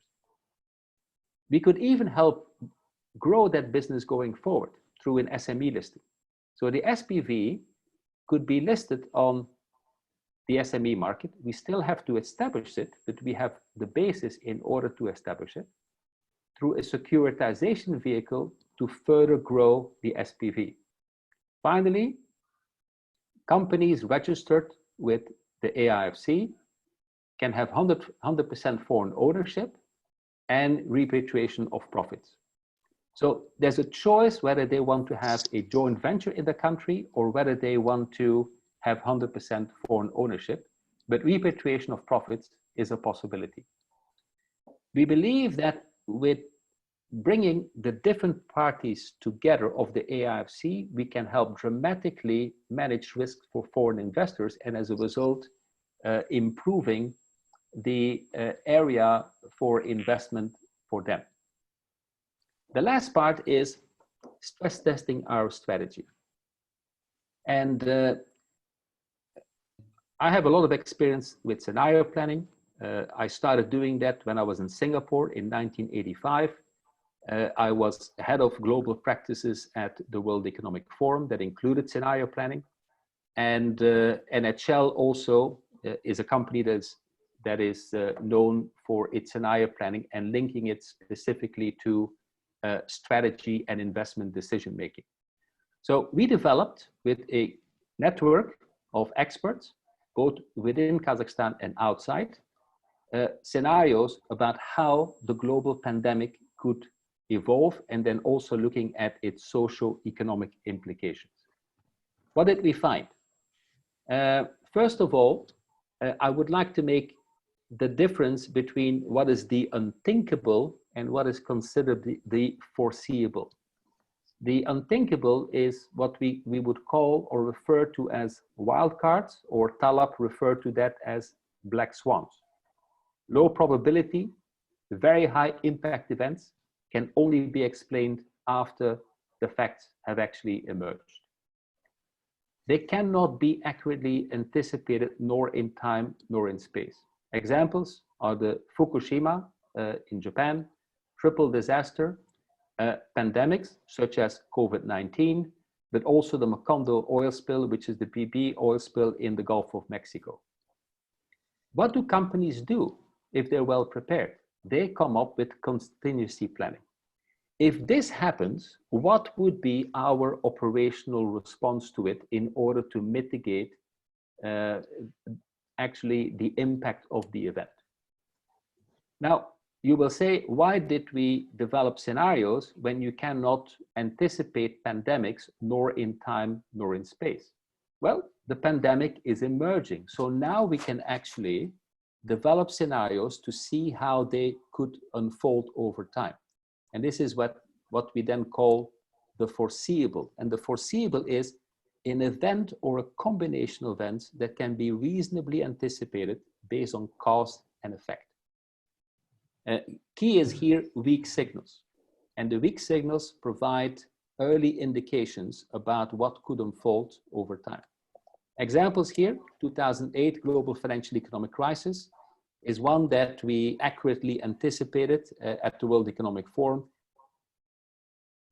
We also presented it during the annual meeting in 2007 in January. And interestingly, the CEO of Lehman Brothers was sitting in front of us, and a year and a half later, the company was bankrupt because he was being blindsided. He didn't believe it could actually affect his company.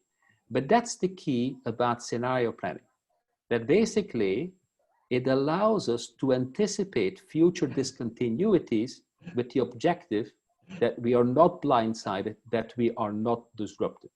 So let's not fall into the trap of being blindsided when it's very clear that certain weak signals could actually escalate to the extent that it would have a very negative effect both on the business, on the country, and the society at large. So let's me now, I have 2 more slides left. So I try to be relatively quick. Stress testing our strategy.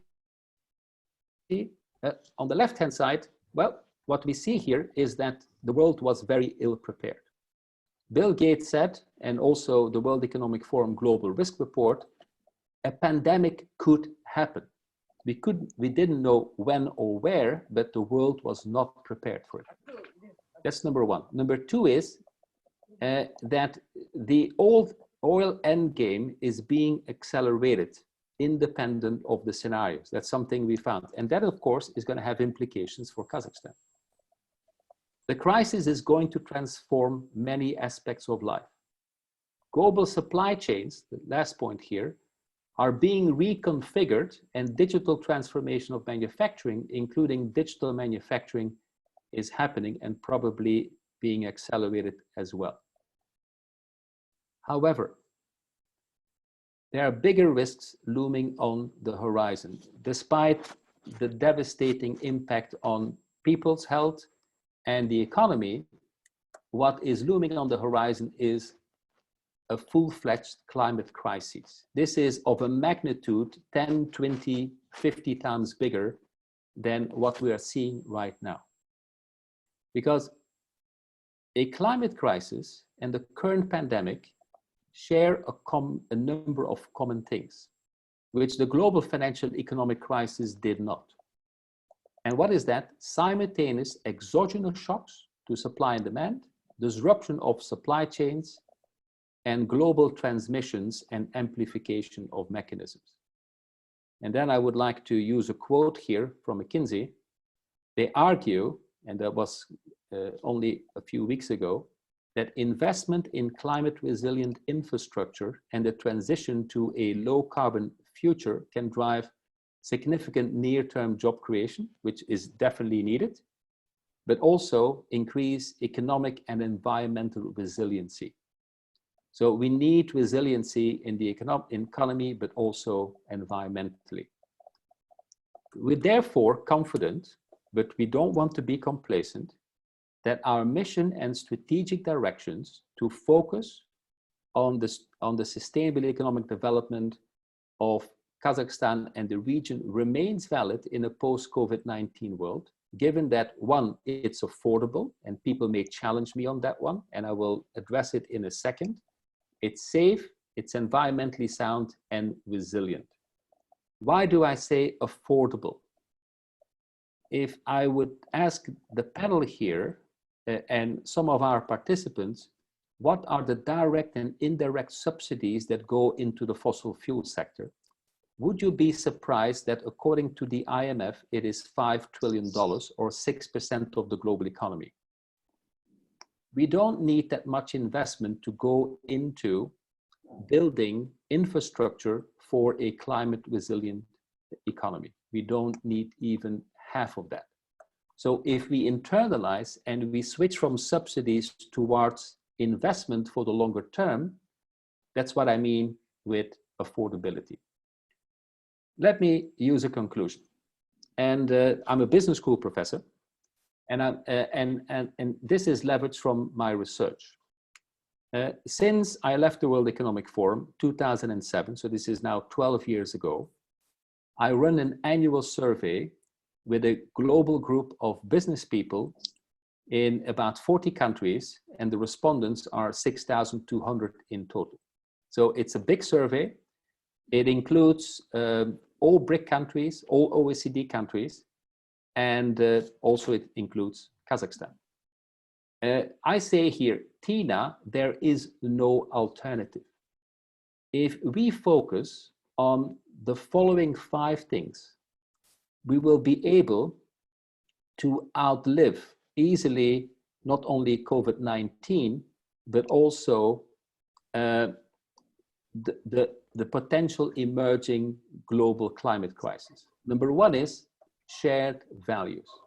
Successful companies that can weather storms have actually deeply embedded and shared values that are a guide to action. So they're deep, they're shared, and they're a guide to action. That's number 1. Number 2 is, and that only emerged about 3 years ago, they're beyond short-term profit. So they aim and grow all 5 capital stocks.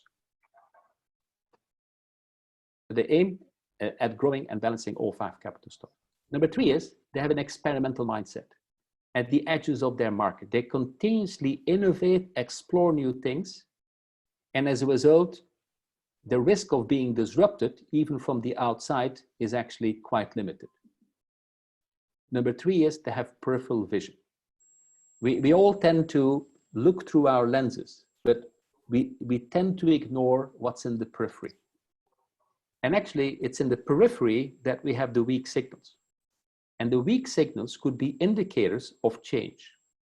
So it could be that the weak signals are both within the company and are outside of the company.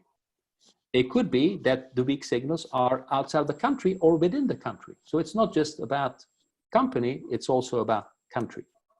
And then finally, they're financially conservative. That means they have the right gearing, debt versus equity, in order to finance sustainable growth. So I would say, Tina, there is no alternative. We have an opportunity to drive sustainable business growth to contribute to the development of Kazakhstan and the broader region. Thank you.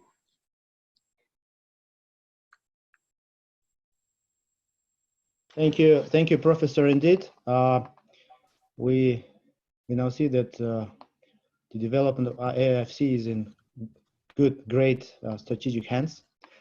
Let me give our floor to our next speaker, Mr. Sergei Stanovkin of BBC Worldwide. He is a great friend of Kazakhstan, and I think that he travels to Kazakhstan more frequent than anyone else in the UK. So please, Mr. Stanovkin. Thank you very much, Gani. Hello, dear friends, dear participants. Yes, indeed, my soul is in Kazakhstan quite often, and actually I canceled my trip to Kazakhstan on 15th of March, on the day when the special situation was announced, and so I canceled it around 10 o'clock in the morning. And basically, I'd like to say big thank you to organizers, because when they told me that the forum is going to be cancelled, I said that why not to try to do it like webinar? Why not to use distant communication? And I'm very grateful that they accepted my advice and probably advice of many other people, and I'm very happy that all of us are here. And big thank you to all participants, 43 of them at the moment, and probably they agree with me that the forum is of great interest, at least to me. And it's my second time when I participate last year, and second time this year, because I had masterclass on nearly the same subject of my speech today. And I'd like to start my presentation, and at the same time, as everybody is saying big thank you, I'd like to say big thank you to the ambassador, Mr. Idrissov, for taking part in this forum and in many other projects. And he stressed that there is big role of science, and I'd like to add that also there is big role of communications. And if you are communicating successfully, then you are able to achieve many things. If you are innovative, you are able to spread the world with your ideas. And if you are basically without communication, you wouldn't be successful. Either you're a student or professor, doesn't matter. And what I noticed as we were participating at the research forum, I don't want to say big thank you to all international organizations and companies. There are many of them mentioned today. But I'd like to say that communications in the past, when we were talking about country, we were saying, oh, this country is trying hard. They improved their image, its image. But communications, I'd like to divide them as external and internal. And normally we were taking in consideration external communications. So advertising campaigns, exhibitions, road shows. But as our world is global now, and especially current situation when we're all, not all, but many of us sitting at home and using social media, internet. So there is not a problem to watch and listen to the country, even if you're not traveling to the country, even if this country is not in front of your eyes. And then whatever you say to your citizens is important for the entire world. This is totally different situation. And I don't know how many of you noticed this, but now we are making an opinion about the country, not because this country told us something, but because we heard something or we have seen something. Even if we don't know the language, we can follow news of national TV stations because we can see the picture. So I think it's really, really important thing to mention that please take care of your internal communications, not just external communications. So if you decide to say that, all right, we have got very special situation and now it's coronavirus and we're 100% of our time are devoted to fight this battle, you're absolutely right. But at the same time, we're talking about sustainable development of the country, of the region, and how you're going to be successful. And actually, I can see that some of you are asking this question, what is more important?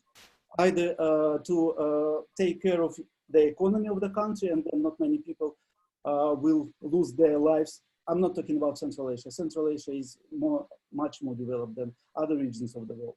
But sometimes some countries, they have a choice, either to develop the economy or to take care of the health situation.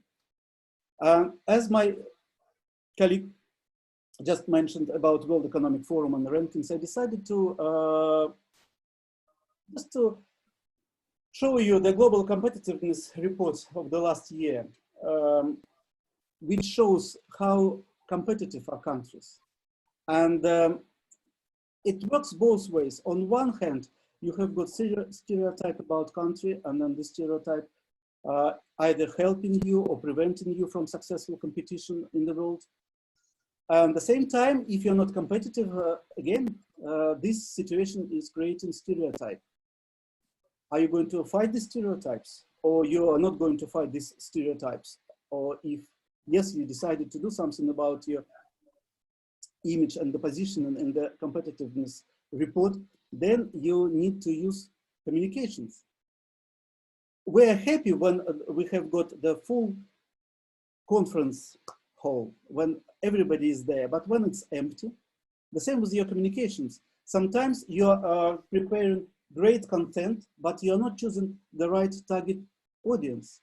So if you are explaining to your own citizens that you are extremely attractive to investors, it won't help your situation. Investors wouldn't know about this. If you go around the world with your road shows and then 20 people, the same people every year attending these road shows, again, it's not helping. You've got to choose your target audience, target groups. And then there is obviously important thing is geo-targeting.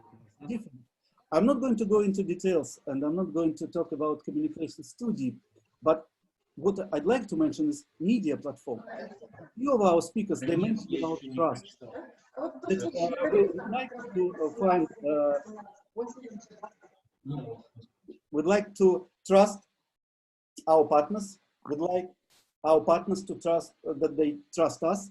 But what about media platforms? If you're using media platforms which are not trusted by the audience, are you going to be successful with your communications? Do you think about this? Do you choose media platforms because of trust?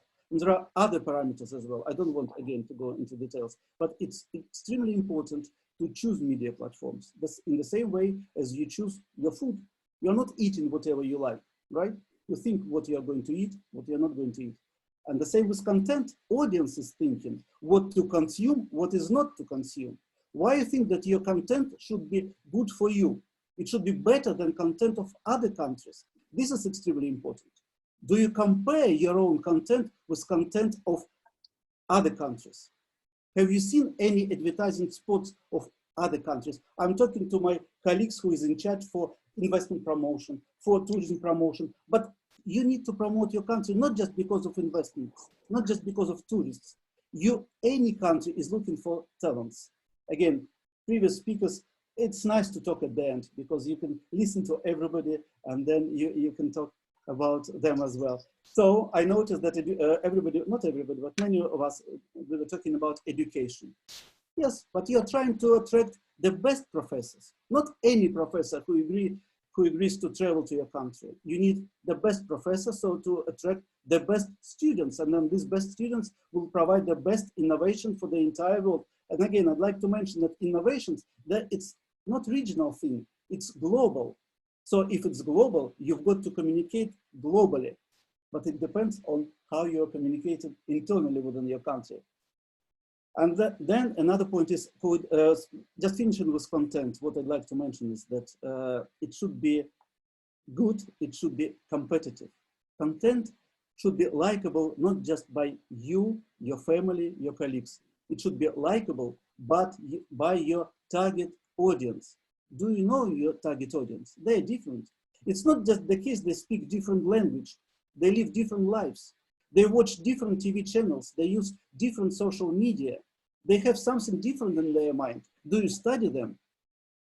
And then coordination of plan of your communications. Do you have such plan? We say that news, there is no script for news. And obviously, pandemic is a very good example. Nobody knew that last year, for example, that after the first quarter of the year, we'll still be talking about the situation sitting at our homes. Are you prepared for this? Are you coordinating your information with what is of interest to your target audience? And target audience has got their own plans, and the media has got their own editorial plans. Again, it's important to study them. There is another interesting thing is, I'm going to talk about rankings just because it's not my opinion. Who is interested in my own opinion? Who I am? I'm just 30 years, I'm doing international communications, and for some time I'm the head of commercial representatives at the BBC World News. Actually, it's now 14 years. But rankings are good because you tend to trust them. So on this future brand country index, you can see that Japan is #1, for example, in terms of brand. But how these rankings are created, this is another important thing. There are certain values which are taken in consideration. And these values, you've got to know all of them. You've got to work with all these values. You can see on my slides all these values. I'd like to start from the very right, made in. I think it's extremely important because many people, they associate themselves with the country if they can touch this country. If they drive Japanese car, they know this is great. this is great technology, this is great quality, and so on. The same with Germany, Switzerland, we all know their products. What about countries of Central Asia? What products they're producing? Are we talking about industries? Why all news we hear, all right, this industry is surviving, this industry is doing better, and what about corporate brands? Who is playing within this field? If you are looking for investors, investors are thinking where to go, who is going to be their partner? Just industry. So if you have got great economy, why there are no great economy brands? Why are you not creating them? Why are you not talking that it's important to have them?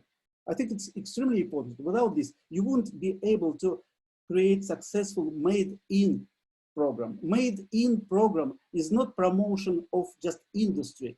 It's not about commodities. It's not about products. It's about companies and people. This is extremely important. So what I'd like to show you, for example, again, we don't have much time, and previous speakers, they were generous in terms of providing the ideas, so I'll try to squeeze within time limit. And I'm talking about Japan, for example. And what are the key associations with Japan? We all know what are good things to think about Japan. I'll mention just a few of them. On 4 o'clock, you can see there is gap. And this gap is would like to live in. So not so many people, they'd like to live in Japan. Why I'm mentioning this? Because any country could improve their situation. Any country, they've got good and bad points. So it's not the case that somebody is good, somebody is bad. You need to think about particular things and then to improve them. And talking about still Japan, on the right-hand side, you can see what is Japan most expert at. And first of all, it's technology, and then automotive, and so on. So you've got to think about details. The same about Norway, the same about Germany. Talking about travel, why I'd like to mention about travel? Because travel is not just about tourists. It's about investments, and investments not only within the travel industry. Yes, this is true, that investments to tourism are coming quicker than to any other industry. Yes, this is true, that employment rate is much higher and quicker, could be improved with travel industry than with other industries. But travel is responsible for the face of the country very often. Just recently, for example, Japan started to promote investment potential of the country. In the past, Japan was promoted just by tourism attractiveness. And that's why travel is so important. So it's not just travel for your own citizens. This is another important thing. Either you are promoting travel for your own citizens or you're promoting travel for the world. When you're promoting travel for the world, it's for the incoming tourists, then you are really fighting for their money. You are trying to be competitive in order to bring their money to your country. When you're improving or developing your internal tourism, yes, you're developing some regions of your country. Yes, you're collecting taxes, this is right. But then still, you're talking about money within your own budget, of the budget of the same country. You've got to increase this budget. You've got to sell something. You should be afraid of competition. This is extremely important. Even if people are working within the government sector, they shouldn't be afraid of competing with other countries. And how you can compete with other countries if your message is not heard. For example, what I like about competition, like sport. Sport has got champions, different champions, every other year, let's say. And the same with economy. Situation is changing. So you've got to find the place, the way, how you introduce your own country. And then I'm sure that Kazakhstan, Uzbekistan, Tajikistan, Kyrgyzstan, they will be successful. Not all in the same direction, in the same place, with the same, probably even industry. It's different, but you've got to find this industry and you've got to communicate with the world about this. So finishing with tourism. Another important thing I think is that now we're sitting at home. Some of us, it's fifth week for me. For some people, probably it's less. But obviously, we're dreaming where to go when everything is going to be finished. So when you're going to present your country to the world, when everything will be finished, believe me, then all your tourists, all your potential tourists, will decide by that time already.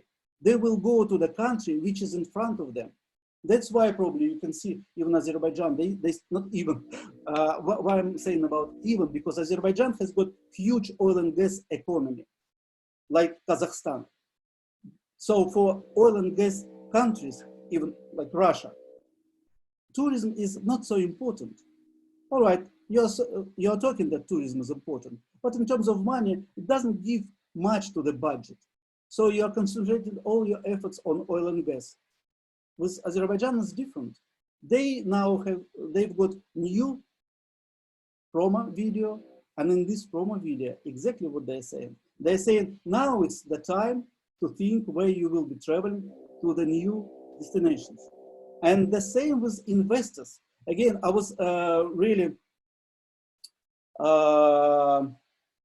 happy to see one interview on international TV channel when question and answers, you can think about your questions while I'm talking, and then you can send me your questions and then I will be answering them. I'm sure if you wish, I can answer during the forum. But my last thing is about still investments. And this interview, what I've seen that correspondent journalist was trying hard to persuade hedge fund manager to describe how horrible situation is at the moment.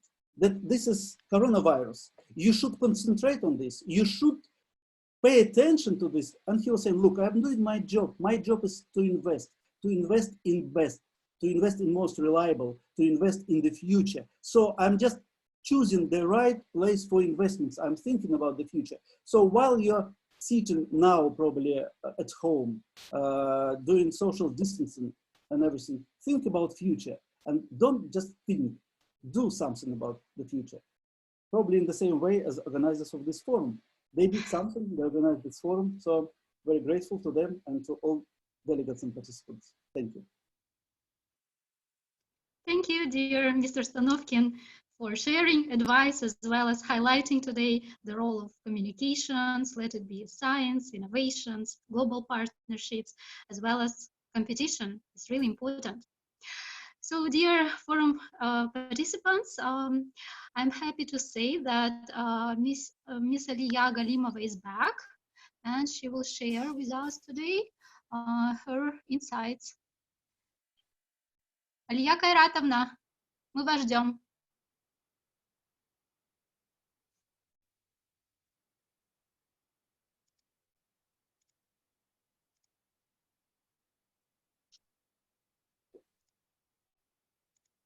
Two minutes. Okay, so there are still some problems. So, dear colleagues, let me introduce the next speaker. So, I am very honored to introduce the top expert in energy law, international law, and global regulation from the University of Dundee, Professor Rupert Goodman.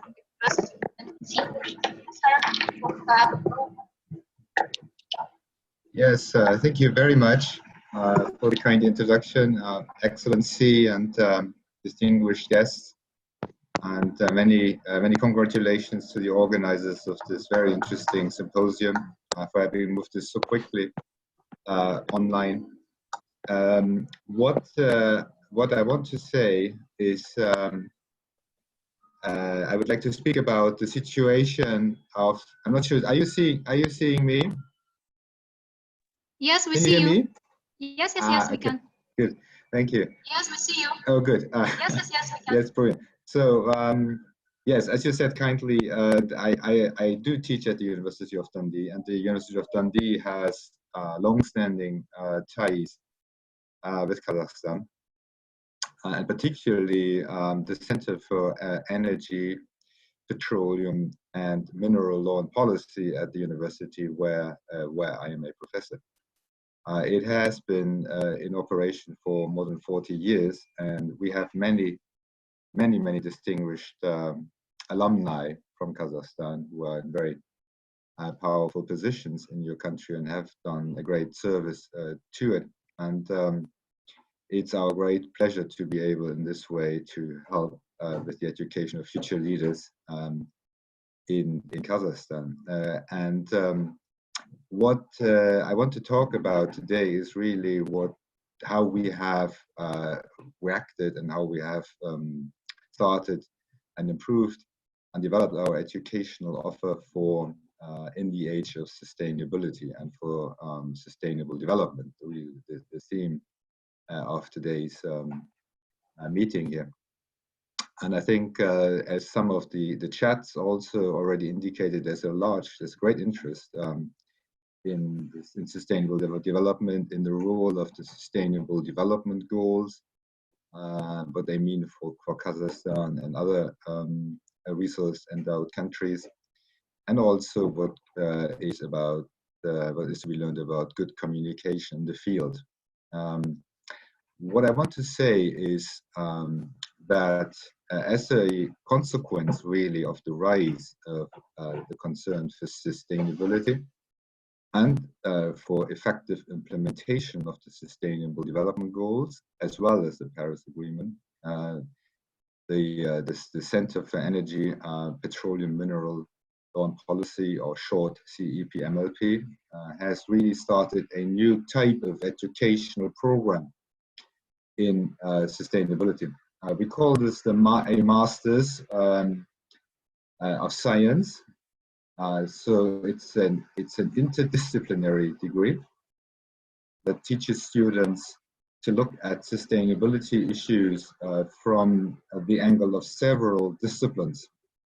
So we offer to students a training in sustainability from an economics point of view, management, law, and also very interesting perspectives from geography and engineering. And I'll say a little bit more about this in the few minutes that I have.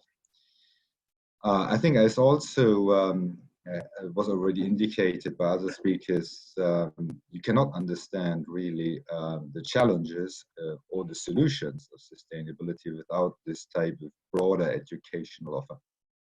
So we have, to give you an example, we have looked at the situation of countries that are very much interested in sustainable water management, which is obviously very important in Central Asia as well, and have started a specific training program that teaches students to look at integrated water management, to look at issues of salination and drought, and also how to combat this and how to become effective and operational in using the most modern tools in this.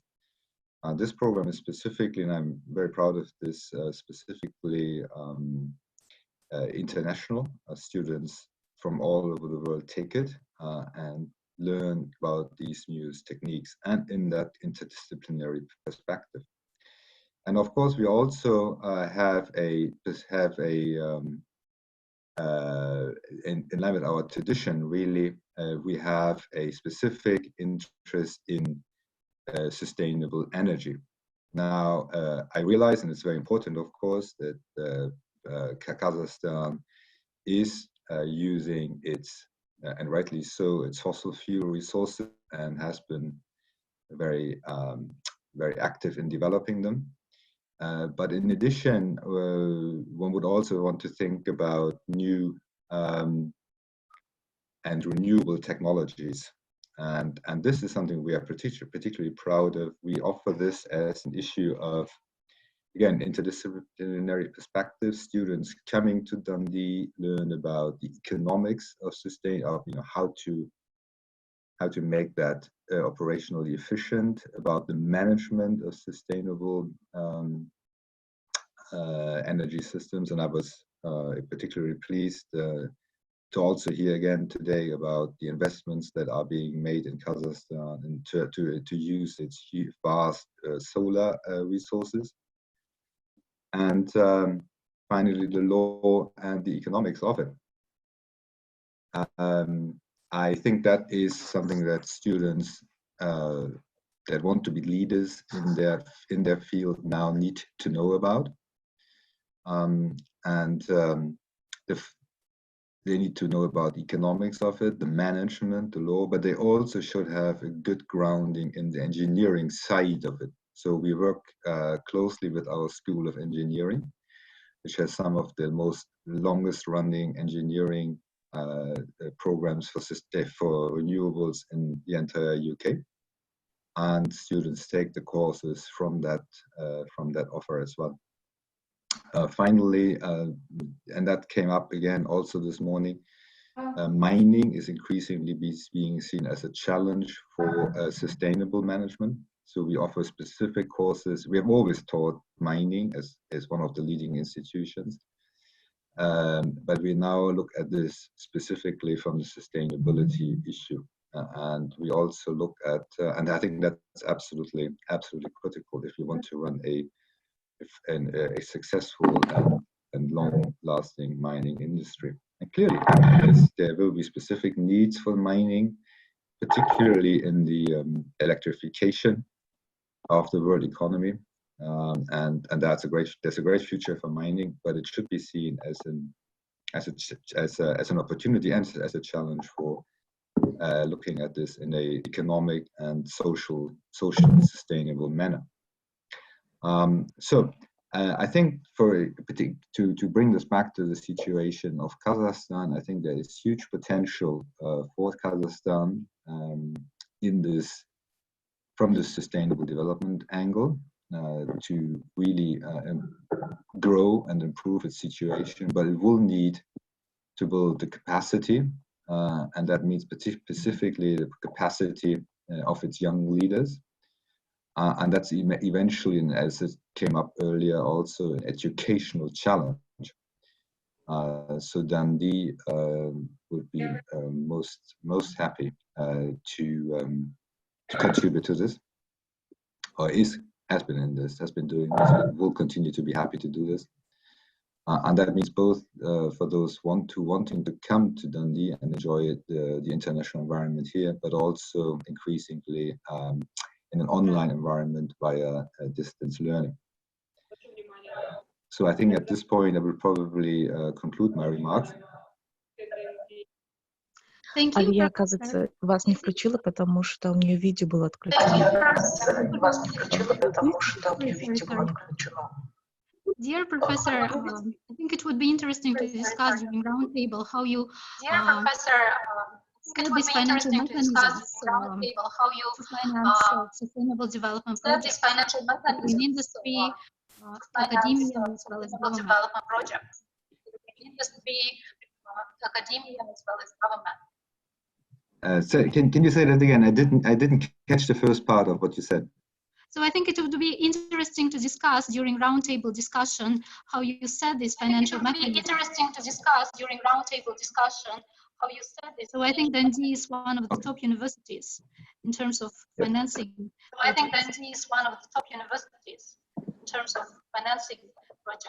So now the floor goes to Aliya Galimova.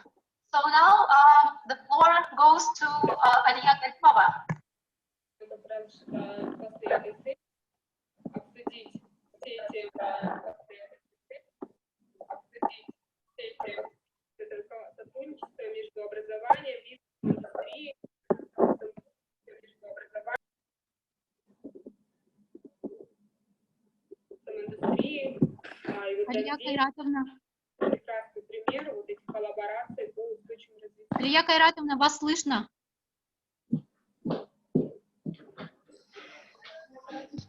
Итак, уважаемая Алия Кайратовна, она сейчас выступит, она слушала мой перевод, который только что закончился.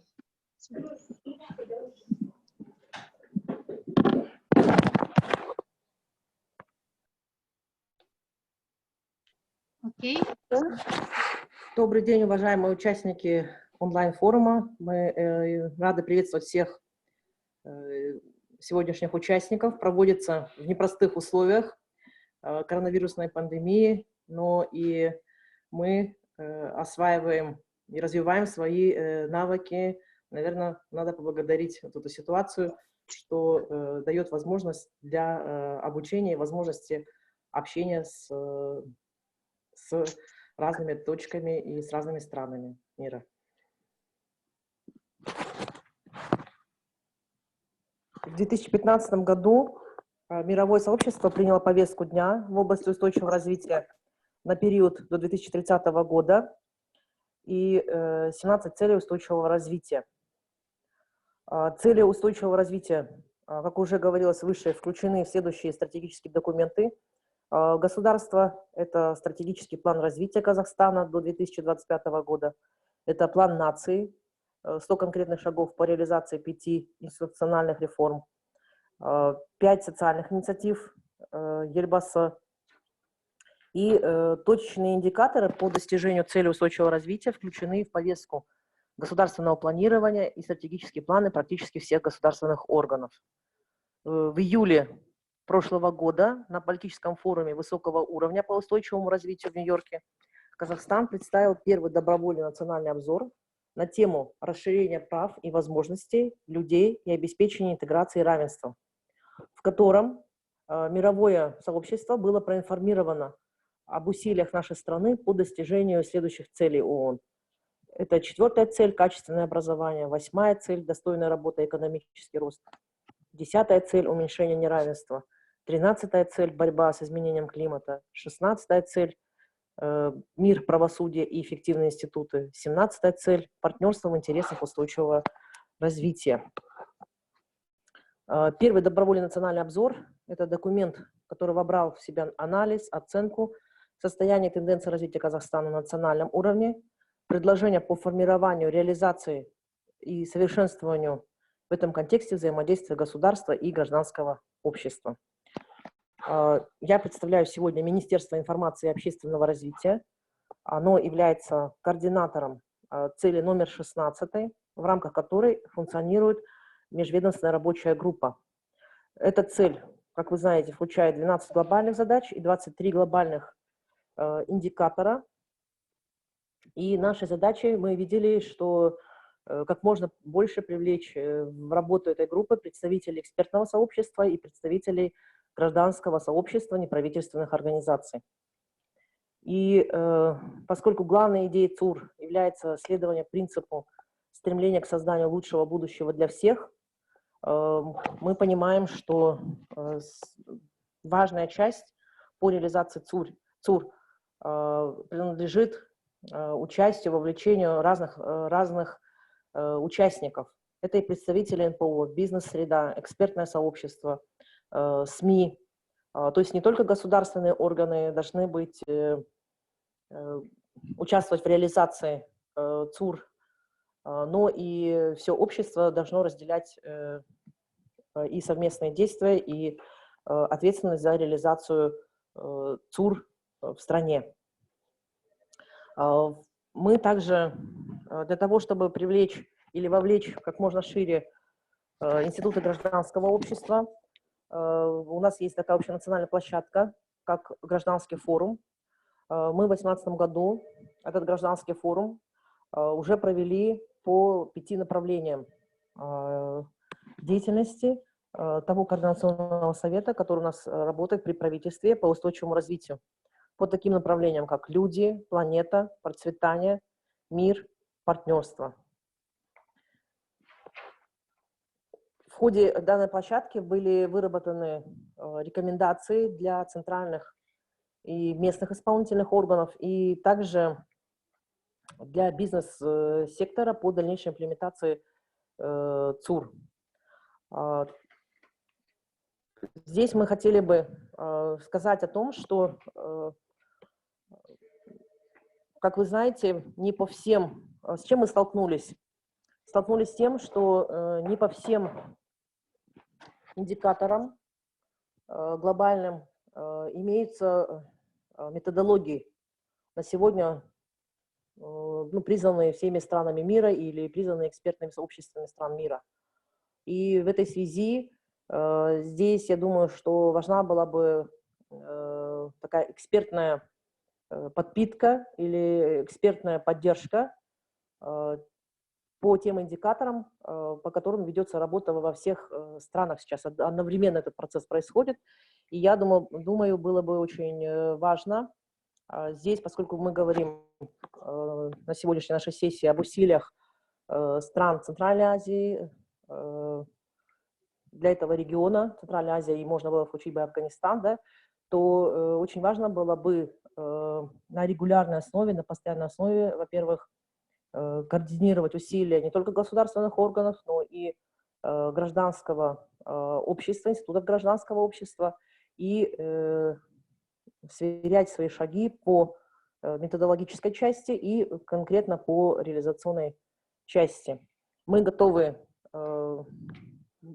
послушать и предложения, и рекомендации, и готовы быть приглашающей стороной для участников и сегодняшней панельной сессии. И я думаю, что наш состав может быть расширен. Мы готовы вас пригласить на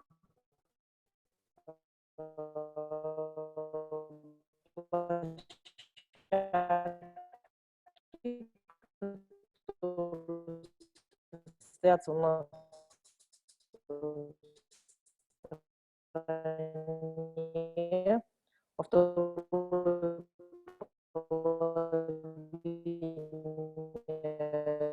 Алия Кайратовна, у вас проблемы со звуком.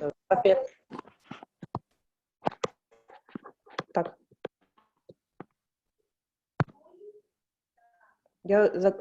Все, отлично. Я закончила, но в какой части были проблемы со звуком? Сколько времени? Буквально чуть-чуть. Там предложение. Ну, тогда еще раз повторюсь, да, что мы во второй половине года, осенью, планируем проведение международной площадки, по общенациональной площадке нашей, проведение гражданского форума, и там бы мы готовы были бы выслушать участников сегодняшней панельной сессии, и если бы вы предложили экспертов и других экспертов, мы бы готовы были их тоже заслушать и пригласить на наши действующие общенациональные площадки. Спасибо.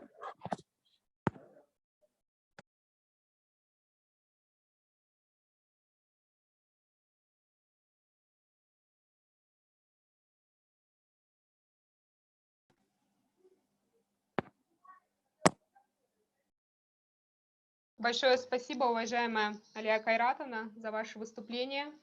Мы очень рады. И огромное спасибо вашему комитету по развитию гражданского общества и Министерству информации и общественного развития за поддержку нашего форума и поддержки цели устойчивого развития. Будем рады дальнейшему сотрудничеству. Передаю слово Алие. Спасибо. Thank you, Khalida. So now I would like to pass the floor to the Executive Director of the International Organization Expo and Women, Lazat Askarova.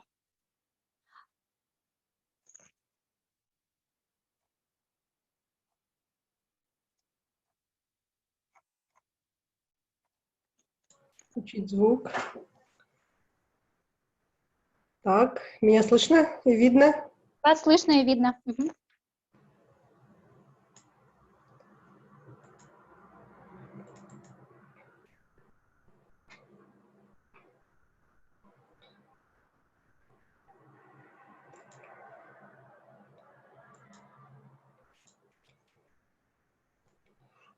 Добрый день, уважаемые участники форума. Для меня большая честь сегодня выступить.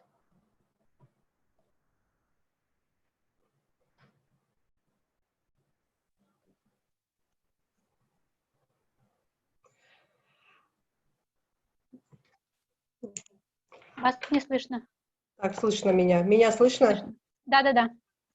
Дорогие участники, да, позвольте представить нашу информацию о том, как мы вовлекаем именно гражданское сообщество в достижение цели устойчивого развития.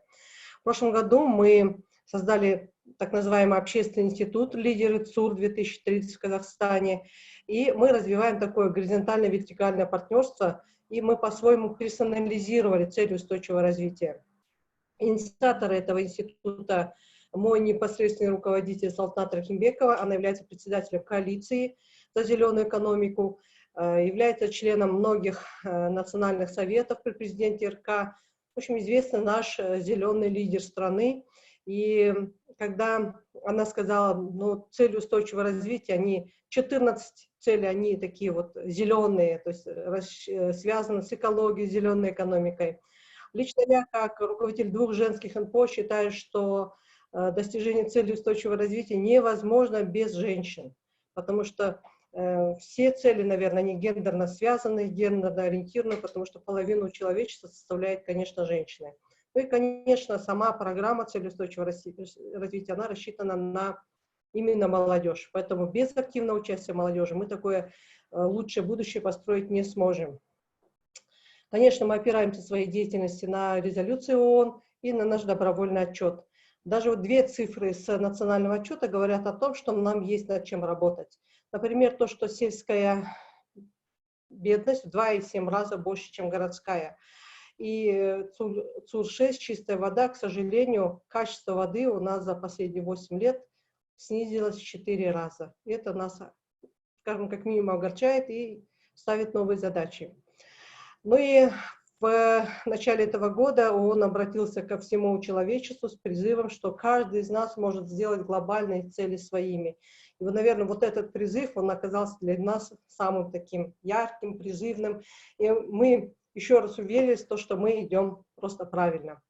Вот мы в нашем институте персонализировали таким образом. Мы выбрали 17 женщин, именно сельских женщин, лидерами ЦУР. Почему именно они? Потому что мы уже последние годы очень активно работаем с сельским населением. И в 2018-2019 году провели 2 республиканских и 14 областных форумов сельских женщин. И увидели, что среди наших сельских женщин очень много таких ярких героинь, которые могут всю свою деятельность имплементировать теперь в рамках ЦУР.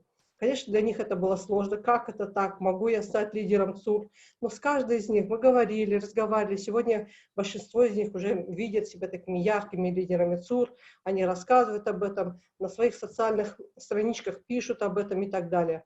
Ну и 17 лидеров молодежи – это самые яркие, амбициозные наши молодые люди. И позвольте мне немного рассказать о большинстве из них.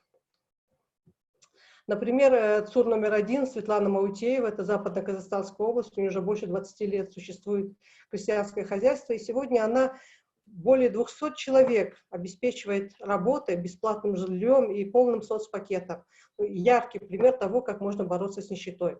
Шолпана это обычная сельская женщина, которая когда-то построила первую теплицу из выброшенных оконных рам, а сегодня у нее большая теплица, на 2000 квадратных метров, создан сельхозкооператив, и она обеспечивает работой своих односельчанок и в то же время заботится о нашем здоровье, выращивая экологическую чистую продукцию. Второй пример – наши молодые лидеры. Амир Куат – это молодой научный сотрудник, его организация занимается прогнозом рисков именно по отношению к здоровью. И молодой лидер Мархабат Рамазанова, которая является магистранткой университета Назарбаевского нашего, и ее магистерская работа связана с инклюзивным образованием. На этом слайде я хочу показать, что мы еще пытаемся под каждого нашего лидера, скажем так, подтянуть под задачи ЦУР. Например, 3D – это вот Амир Куат, и 4А – это вот лидер по качественному образованию. Гендерное равенство. Если Бибигуль Халил является у нас таким традиционным лидером, да, и примером, что гендерное равенство должно быть, она у нас мама 6 детей, доктор технических наук, при этом она активный общественный деятель, и их центр поддержки семьи достигается очень больших результатов, это именно в отношении сохранения семьи. То лидер среди молодежи Адина Хамитова, она училась за рубежом, и уже в студенческие годы добилась очень больших успехов по стартапам. И сегодня она создала такую авторскую программу, связанную с тем, что для девочек STEM надо не просто давать стандартным способом, но и учитывать обязательно гендерные подходы. Плюс ко всему она у нас является таким лидером списка Forbes 30 моложе 30. 7-я цель. Диас Байситов – это тот человек, который стоял у истоков создания IT-технологий в области ВИА, в области, он был основателем Кунтех, это первая лаборатория по созданию солнечных панелей, и даже его выступление на TEDx, так и назывался «Солнцепоклонник», то Галина Шнайдер — это директор гостевого дома в Костанайской области, и она на примере своего бизнеса показывает, что можно экономить, применяя в бизнесе солнечные панели, ветрогенератор Болтова и так далее. Такие вот яркие примеры, которые показывают, что все возможно, мы это можем сделать. Достойная работа, экономический рост. Среди женщин это у нас аким сельского округа, Павлодарская область.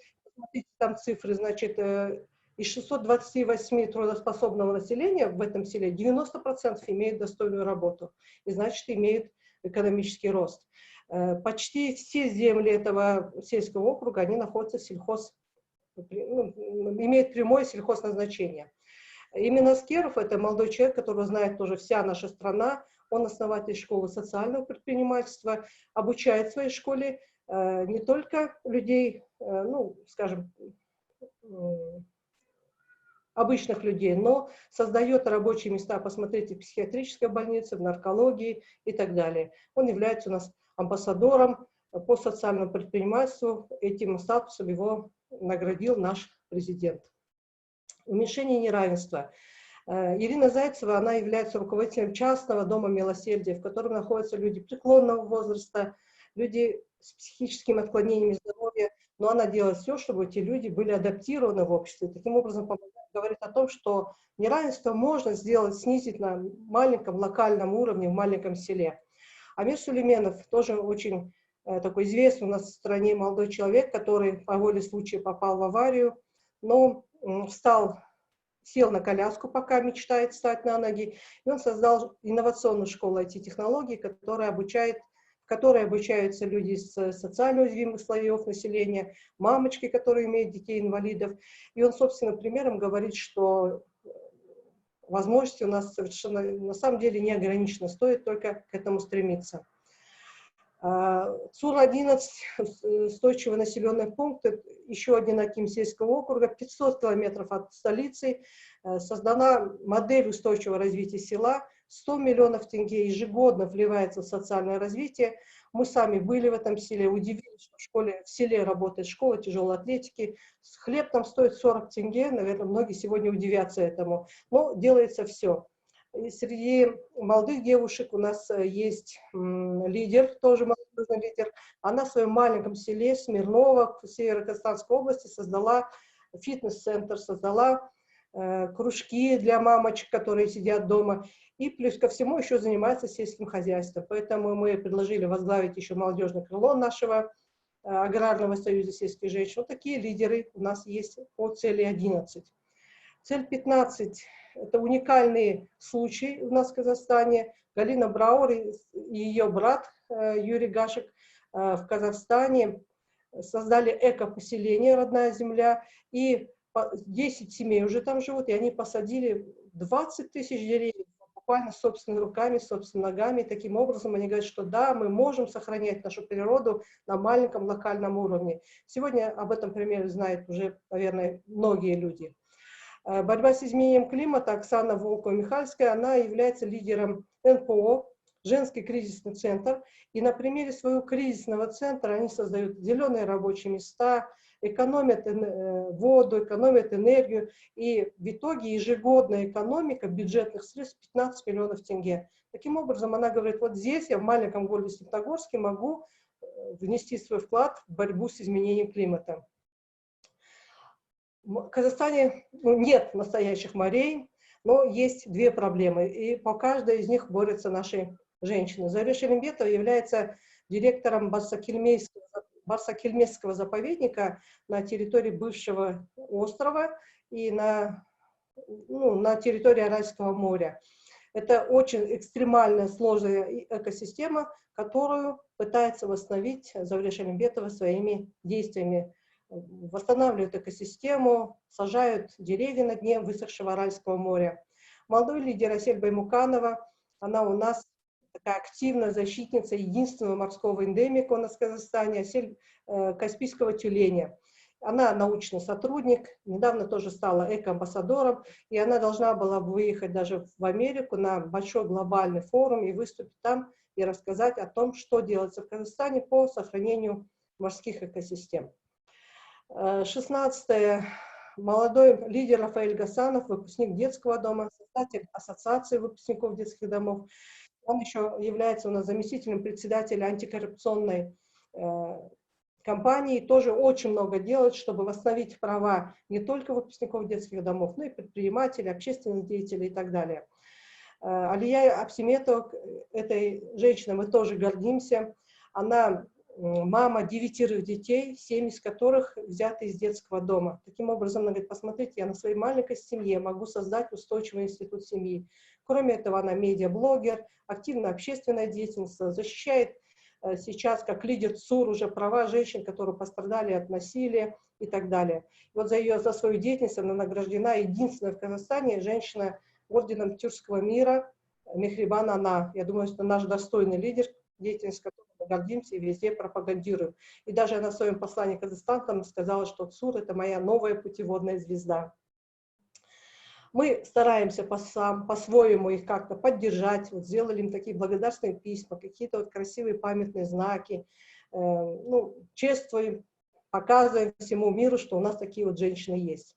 И вот следующий слайд о том, что мы уже рассказываем о деятельности нашего института на международных площадках, на казахстанских площадках, например, на всех форумах сельских женщин. У нас уже около не меньше 1002 человек уже знают, что такое цели устойчивого развития. Вот на международных площадках в Венгрии Салтанат Рахимбекова выступала, рассказывала о нашей деятельности. Наш лидер ЦУР 17 Пахткуль Эльчебекова рассказывала. Я выступала в России на международной конференции. Все говорят, как это вы догадались обычных сельских женщин сделать лидерами ЦУР.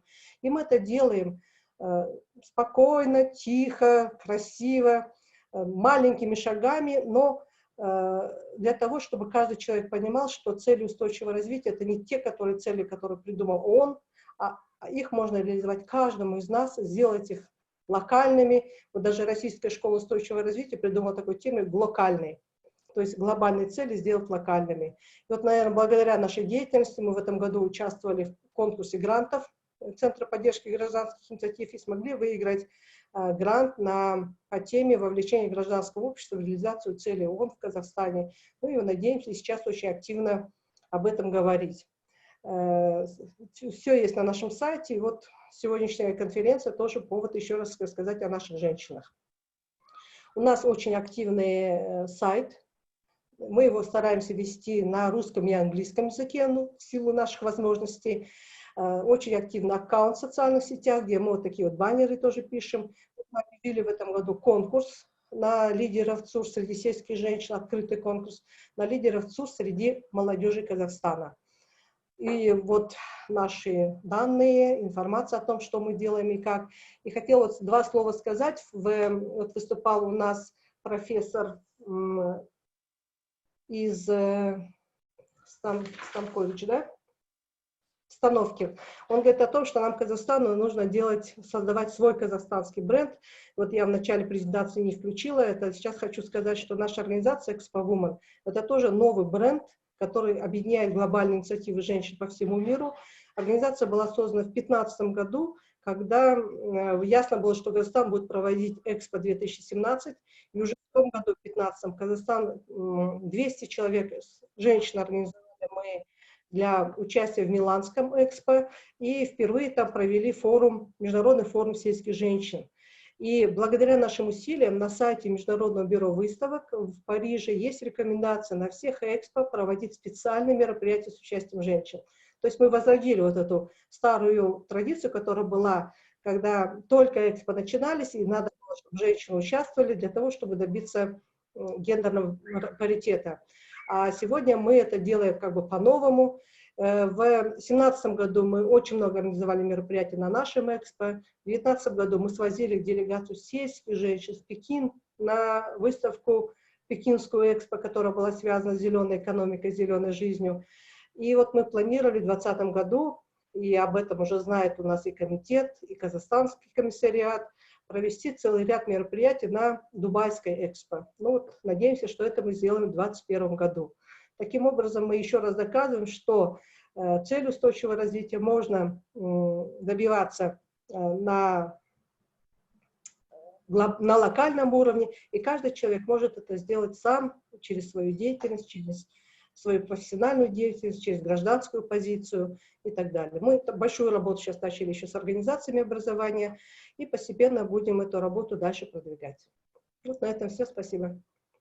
Спасибо большое, уважаемая Лиза Таскарова, что поделились своей деятельностью, рассказали о своей организации, а также амбассадоров. Отдельное спасибо за информационную поддержку нашему форуму, а также активному участию. So now, dear ladies and gentlemen, let me introduce you the Associate Director for Development of One Young World Association, of One Young World organization, MsTessa Daling. So dear Tessa, the floor is yours. We are very honored to establish the dialogue with you and your colleagues.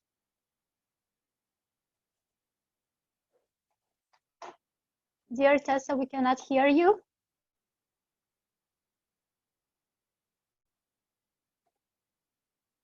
Let me see. Okay, good. Yeah, great. Thank you so much for that kind introduction, and thank you for all the participants for joining us today, as well as a big thank you to His Excellency for welcoming us and the other distinguished guests. It was such an honor to hear from all of you, and it's great to learn how established your partnerships have already been on this great, interesting forum. And again, it's an honor for me to join from a One Young World perspective. My name is Tessa, and I work with One Young World, which is a British NGO based here in London, to identify, promote, and connect the next generation of leaders in the world. I'm originally from the Netherlands, and I worked for the local government there, for the city of The Hague. And that's also how I got connected with One Young World, as The Hague organized one of our flagship programs in 2018, which gathered over 2,000 young leaders from all over the world, coming from 180 different partners who sponsored them, and they represented over 190 different countries. So we take a lot of pride in the fact that we're the second biggest international gathering in the world. Only the Olympic Games represents more nations, but it's such a big thing for One Young World because we truly value everyone's voice from all over the world. Today, I wanted to share a bit with you how we work with partners. Partnerships are at the core of One Young World's mission. And I think what is important here to mention is that we, out of our 180 different partners around the world, that most of them at the moment come from corporate partnerships, but we also very much partner with educational institutions, governments, and the third sector as well. So I think that comes to my first a big tip and big suggestion that I want to make in terms of partnerships for sustainable development is to have an inclusive cooperation of partners. We cannot do it without the corporates, but we can also not do it without governments as well. I think the second thing that I wanted to mention in this exercise is that intergenerational partnerships are very important. So One Young World, for those of you who are not familiar with us, we gather young leaders, and after that, they become One Young World ambassadors. So we now have an ambassador community from over 12,000 young leaders worldwide, which means that we educate the next generation of leaders in almost every sector in society. So our ambassadors are the next presidents of nations or the next CEO of big companies, or we already have 3 One Young World ambassadors who were nominated for the Nobel Peace Prize. So we're in every sector, but we could never educate these young people without the support and the mentorship of our senior leaders. So that's how we also partner. We partner intergenerational, so we can learn from each other. Our senior leaders are One Young World counselors, and they come from every sector and every walk of life as well. One of our counselors is Paul Pullman. We worked with the Queen of the Netherlands, but also the former presidents of Colombia as well. So that's also something that I really would like to stress in terms of how to create partnerships for sustainable development. The third one, which I would like to share with you today, is what I briefly touched upon, is partnerships international. We, especially now when facing Corona crisis, is we have to do it together. And coming together as a world will not only benefit this generation of leaders, but also the next generation of leaders, which we are all about, of course. And doing that, it's so important for us to connect with the wonderful country that is Kazakhstan, but also the region, of course, of Central Asia. It's a region that we as an organization would like to grow our presence in, because it's a big region, but it also has a lot of brilliance, which I heard a lot about this morning as well. But we would like to increase that platform for young leaders from the region, because we value their input in not only in society, but also very much in business. This is a generation that values not only money, but as we say here in London, the business for good. So also really much valuing the sustainable part of it. So we would like to very much grow our presence, and we were so honored to be invited by the UK Embassy in Kazakhstan. And for us, it's very much a way of connecting with governments. At the moment, we have established 3 long-term partnerships with government, namely with the Dutch government, with the government of Colombia, as well as with the European Commission. And these partnerships really enabled us not only to bring young leaders to our annual summits, but also to bring the summits to the country itself. So we had the annual summit in the Netherlands in 2018, but we also had our summit in Bogota in Colombia in 2017. So we brought not only these young leaders to the country, but we also brought our knowledge, our partner network, as well as the legacy that we want to create with the government at that place towards the country. And we really opened up the country for future possibilities and future opportunities. And it really enabled us not only to help those young leaders, but also to help the country and to establish new ways and new forms of business and opportunities. So yeah, I think those 3 points that we really shortly want to share with you are those to bring together a fruitful coalition and a fruitful ecosystem as well, to create partnerships for sustainable development. And again, I would like to thank you so much for your time, and it's really an honor to be present here at this very important forum. Thank you. Thank you, dear Tessa, for your kind offer of collaboration to Kazakhstan. So I would like to open the roundtable discussion.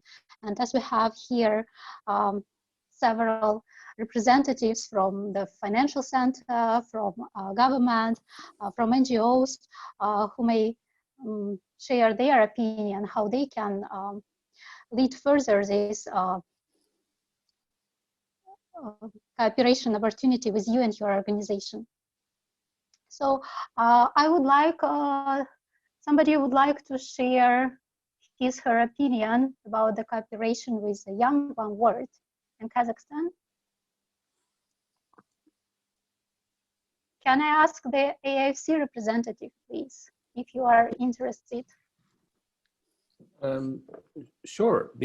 Well, and I also refer to it in Ambassador Idrissov as well, millennials, but also Generation Z. They have a different perspective on life. And actually, I think a better perspective as well. I think I referred to the fact that I was born in 1960. So I'm kind of the, well, I think the last year of the millennials, not the millennials, sorry, I apologize, of the baby boomers. And the baby boomers, they were concerned with really one thing. It was making money, independent of how that would affect society or the environment. Millennials and my daughters, we have two daughters, my daughters actually Generation Z. They're 19 and 21 years old, and they have a very different perspective on life. So engaging them, Tessa, I think it's really a great thing. And we need to do that more. There are the real change leaders. It's the young generation that will change our mindsets, and we need to listen to them. Thank you. Yes, and I'd like to intervene. I think we agreed with Tessa to meet anytime soon after this COVID situation will be resolved. And yeah, we absolutely, I think we will find some good points of partnership. Thank you. Thank you, dear Gani, for supporting this initiative. So now there is a question from Sanjar Taijan, who is a young genius engineer working on the Hyperloop project. So he and his colleagues are currently working towards developing innovative transportation technology, Hyperloop, as a startup by working in Kazakhstan and the UK. So he established his group in the UK at Warwick University and plans to set his group also in Kazakhstan. And so he is working with few UK industry companies, but also interested to know if there might be an additional support or opportunities from Embassy or other speakers for the following specific programs that looks after SMEs from UK for Central Asia development and provide several support in terms of financial or introduction to key international industry players, for example, infrastructure companies. Aliya, let me pick up the question. I got the question from Sanjar. I know Sanjar very well. Sanjar, hello, and your team. I remember traveling to your university, to Warwick University, and watching your presentation. I always mentioned this presentation as a success of our young generation. I remember even the name of the stuff you're doing. This is a pod which you produce for the Hyperloop system. I am very happy to see that the things are progressing. As in the past, I will always support that. You remember that I provided you a number of things and ideas to support you. In practical terms, from the top of my head, I cannot tell you what particular programs are existing in the UK government to support this type of things and in Kazakhstan. But I would think that the best way is to search for venture funds. Venture funds are usually the ones who are interested to take risk in supporting different startups. On another angle, with the governments, governments are usually too bureaucratic. Therefore, I warn you that you should be quite realistic not to expect a lot from government funding and move more kind of freely and courageously towards out of government funding, particularly, as I said, places like venture funds, etc., etc. But let me do this and ask you, if you will email me, you know my contact details.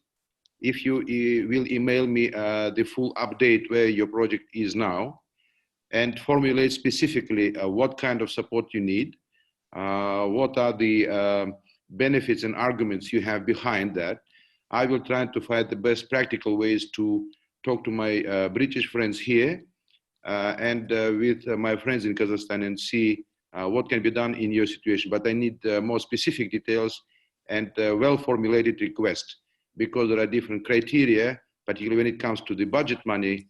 Bureaucracy is very strong and will put so many obstacles not to give you money. Therefore, criteria should be well understood by you, and then present me with your arguments so that your request falls within the criteria set up by different state agencies. I wish you every success, and as you know, my door is always open.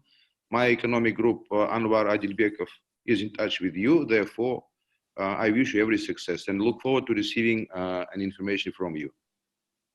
Thank you, dear Ambassador. So there is an interesting question to all speakers by Dr. Kuat Akijanov from University of Bath. The devastating impact of COVID-19 on all economies through lockdown is a fact now. In many developing and emerging economies, the narrative, understandably, is that people may starve to death first because of the lockdown before they die because of COVID-19. How to handle this dilemma? What are your recommendations, comments, please? So who would like to start first, please? I will conclude. Okay. Professor Steve Rothberg, do you want to answer this question?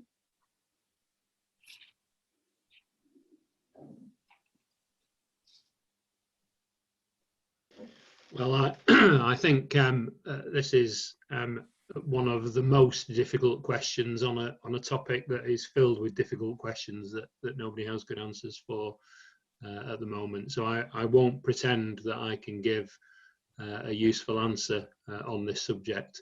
I think the questioner, when the question was originally posed, talked about TVET. Is that question that was in the chat? And I replied to say that I didn't know enough about that scheme, but if the questioner would send me some more information, then I could take a look at it. Clearly, this is a topic that needs a level of international cooperation, the likes of which I don't think we've ever seen before. But a solution can only be achieved, I think, if all nations can come and work together. I think at the moment it's difficult to be clear about the extent of the virus in the poorer parts of the world. Because I think the information is less reliable, and certainly in Europe at the moment, in the US, we are very consumed with how the virus is affecting us right now. But we have to turn our attentions to how the virus will affect the parts of the world that are less able to look after themselves, and we're going to have to do that pretty quickly. So I don't have the answer. But I recognize that it's a really serious problem. Thank you so much. So we have here also expert from the Dundee University, Professor Volker Robben. Do you want to answer this question?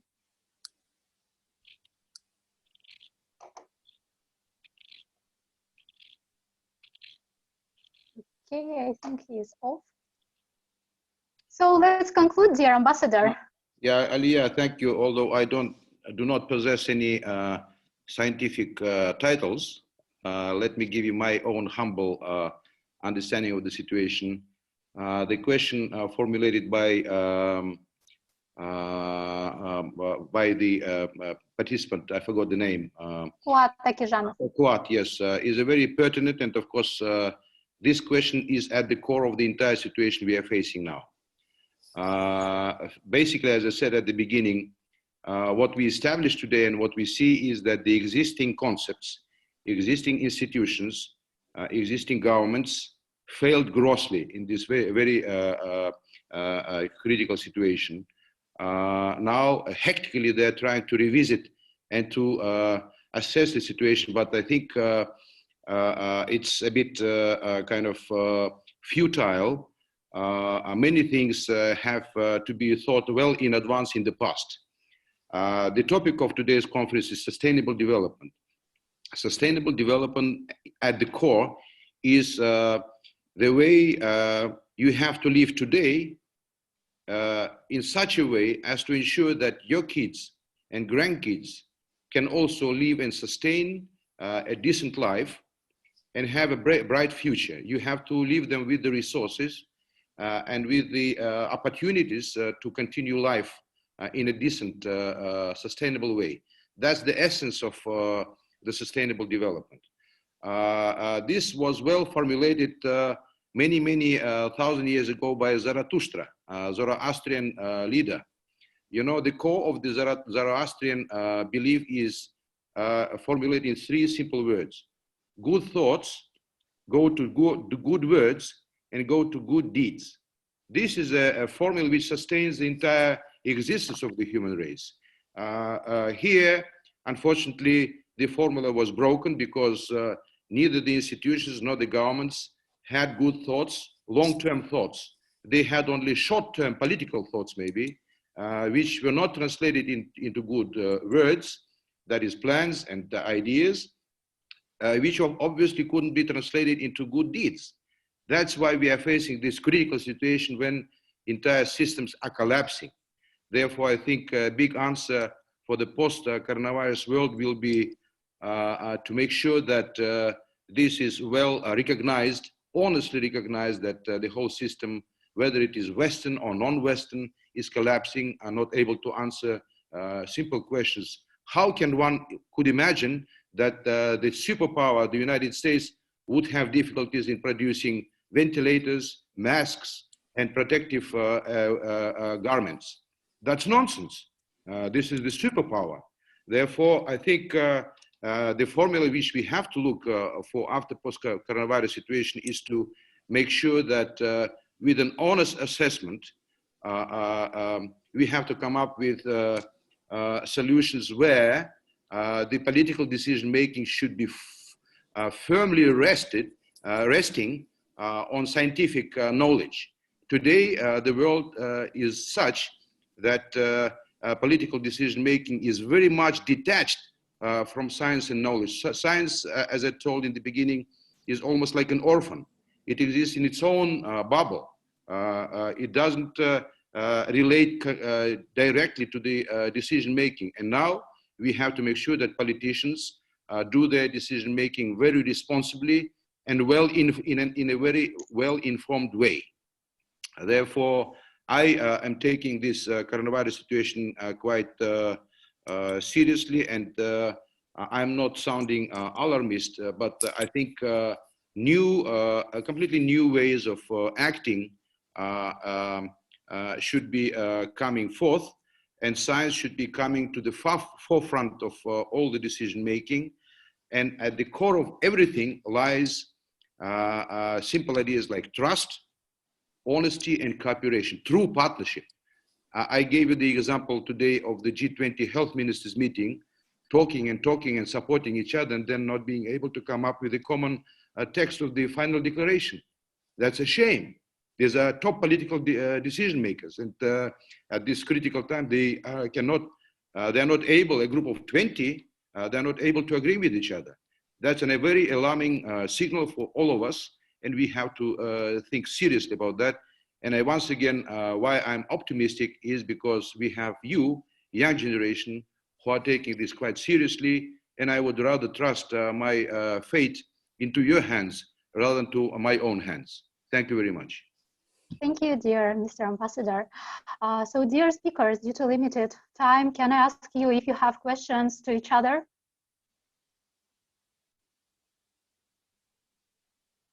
Okay, so as we don't have questions, I don't want to take extra time. Let's say maybe final words to each other. Let's start from Professor Steve Rothberg. Thank you, Aliya, and thank you for a very stimulating morning. And I'm looking forward to following this up under slightly more normal circumstances in a few months' time. Thank you. Dear Tessa? I fully agree with the professor, and thank you again so much. I've taken so many notes, and it's such an honor to have joined you.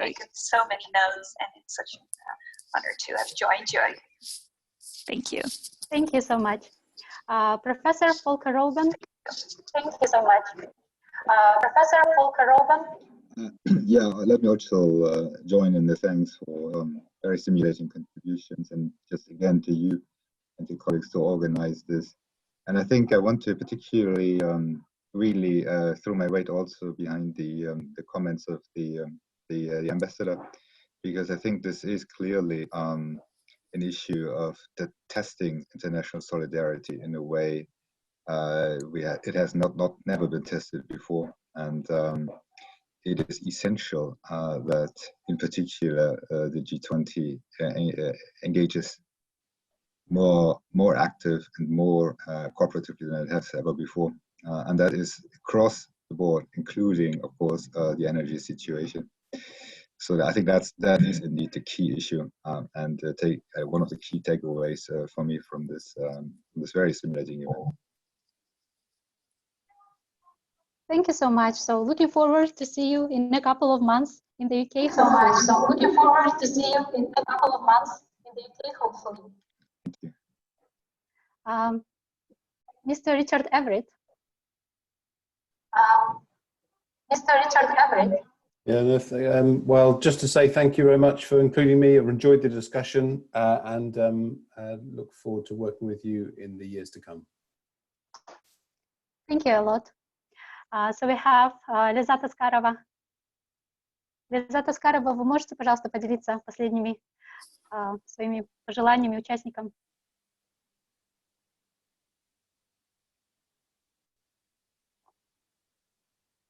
Меня слышно?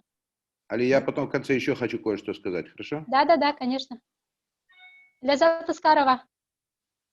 Можете, пожалуйста, последние ваши инсайты и пожелания участникам форума? Да, действительно, горизонты расширяются благодаря новым коммуникациям. Я рада, что увидела коллегу, молодую Тессу Далинг. Я надеюсь, что результатом нашей сессии сегодняшней будет сотрудничество с британским ПО в сфере молодежи. У нас молодежь почти вся говорит на английском языке, поэтому, Тесса, будем рады, если вы нас поддержите. Ну, я думаю, что и если мы не совсем близки к науке, тем не менее, все, что мы делаем, это связано с жизнью, с нашей ежедневной, поэтому будем рады сотрудничеству в любой сфере. Спасибо. Спасибо большое. Professor Alexander van der Put. First of all, thank you, Aliya. This was a really lovely discussion we had here with many panelists. But I would say one thing, we need to, this was an epic failure in governance. And it shows actually that it's not a very inclusive global society. I think what we need is, we need to make it more inclusive across generation, but also across continents, and collectively we will be able to address our challenges. And governance is going to be key to that, inclusiveness and governance. Thank you. Thank you so much. Mr. Farkhad Kuanganov, if you are here, can you share with us final insights, final words? It was a big enjoy for me to take part in this discussion. I have heard good ideas. И я хотел бы обратиться к нашим казахстанцам. Очень интересное обсуждение. Действительно, оно еще раз подчеркивает, что нам предстоит очень серьезная работа по модернизации Казахстана. Это зависит только от нас. Руководство страны ориентирует всех на государственно-частное партнерство. Нам предстоит пройти таким новым, неизвестным путем модернизации. Вот. И успех на этом пути зависит от каждого из нас. Очень серьезный этап у нас впереди, который требует консолидации и единства. Вот, призываю всех работать совместно, сплоченно, плечом к плечу. Спасибо. Спасибо вам большое, особенно за спонсорства данного форума. Алия Кайратовна, мы бы хотели вам передать слово, если вы на связи. Ну, мы, в принципе, в контексте конференции обозначились, мы готовы к обсуждению и готовы к такой постоянной диалоговой площадке по направлению ЦУР. Спасибо большое. So now I would like to pass the words to hosts of this forum, Mr. Ambassador. Aliya, thank you very much, everyone. Thank you. We have been patient enough. I think we have earned our lunches, honestly. And once again, we try to be very open and sincere. I think, as the English proverb says, misfortunes never come alone. This online format offers some unknown opportunities as compared to the face-to-face discussion, because we are not limited in time. We can participate together. We can, in parallel, ask questions, etc. So it's a very convenient format, which I'm sure will be very much used in the post-crisis situation. Therefore, I would like to once again commend and thank all the participants for their contributions. They were quite interesting. I want to commend, Aliya, through you, all the participants of previous panel discussions and seminars over the last 10 days, starting from 10th of April. I hope that this will not go into the sand. I hope that, excuse me, linkships and partnerships which have been starting to be forged today will continue and will have a practical follow-up. I would encourage young people to follow up with the speakers today. You have all our details. You have all our contacts. Therefore, don't be shy and follow up with your questions. Some questions were not answered. There was a question about how innovation is related to democracy, etc., etc. I think one of the young ladies asked the question. These are all pertinent things. We have to think life is in our hands. Therefore, once again, I thank particularly the young generation, the enthusiasm, energy of the PhD Association here. Aliya, now with a practical question to you. As we agreed before when planning this event, you and my economic team, I would ask you to make a very good summary of practical ideas and projects which have been discussed during these days. I will try to find the best possible way of ensuring some follow-up. I, of course, do not have a magic stick. Not everything is in my hands, but I will do honestly what I can do in my situation. Therefore, I will try to make sure that certain practical ideas do have a follow-up. Therefore, Aliya, your good summary with my economic team would be very helpful. Once again, all the best to all of you. Good health and sustenance in this coronavirus situation.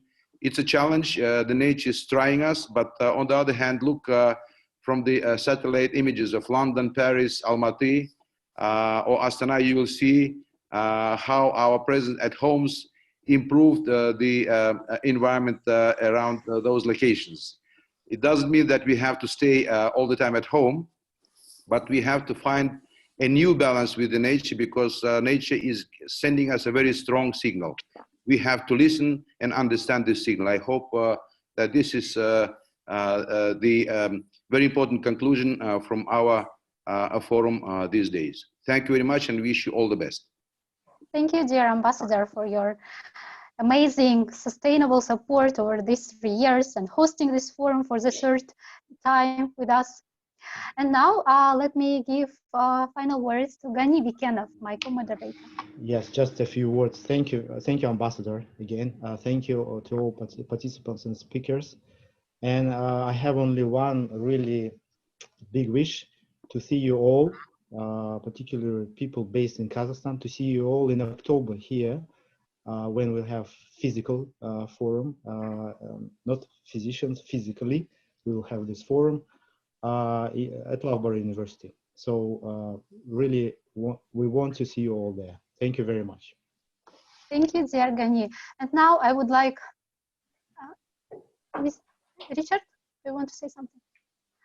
So now I would like to say huge thanks to my PhD colleagues, Khalida Zhigulova and Alfiya Wright, and give the floor to Khalida.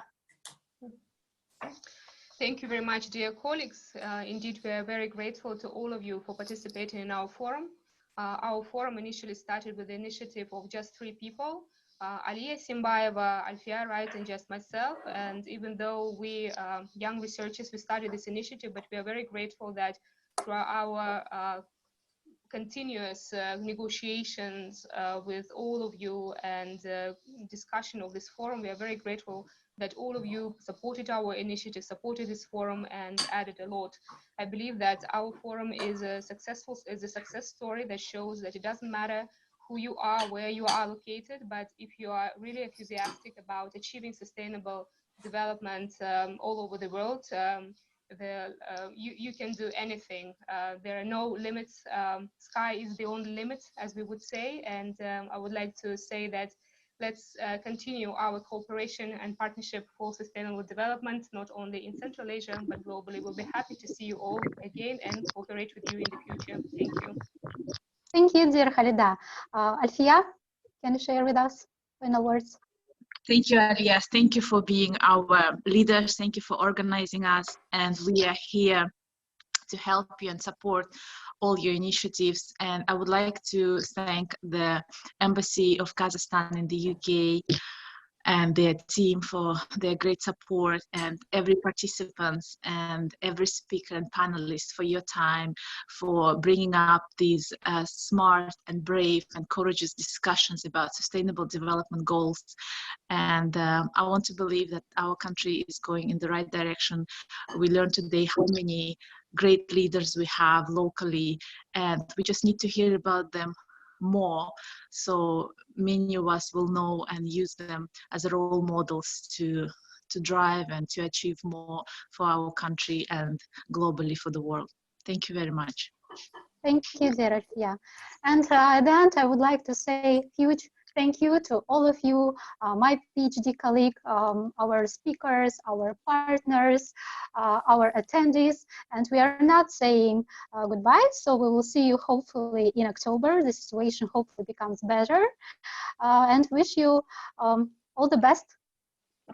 Aliya and everyone, Daurian on the chat is asking how they can find the contacts of all the participants. Will you please visit the chat and answer the question? But also, as Aliya is saying that we are not saying goodbye, we are saying, no, we are not saying farewell, we are saying goodbye.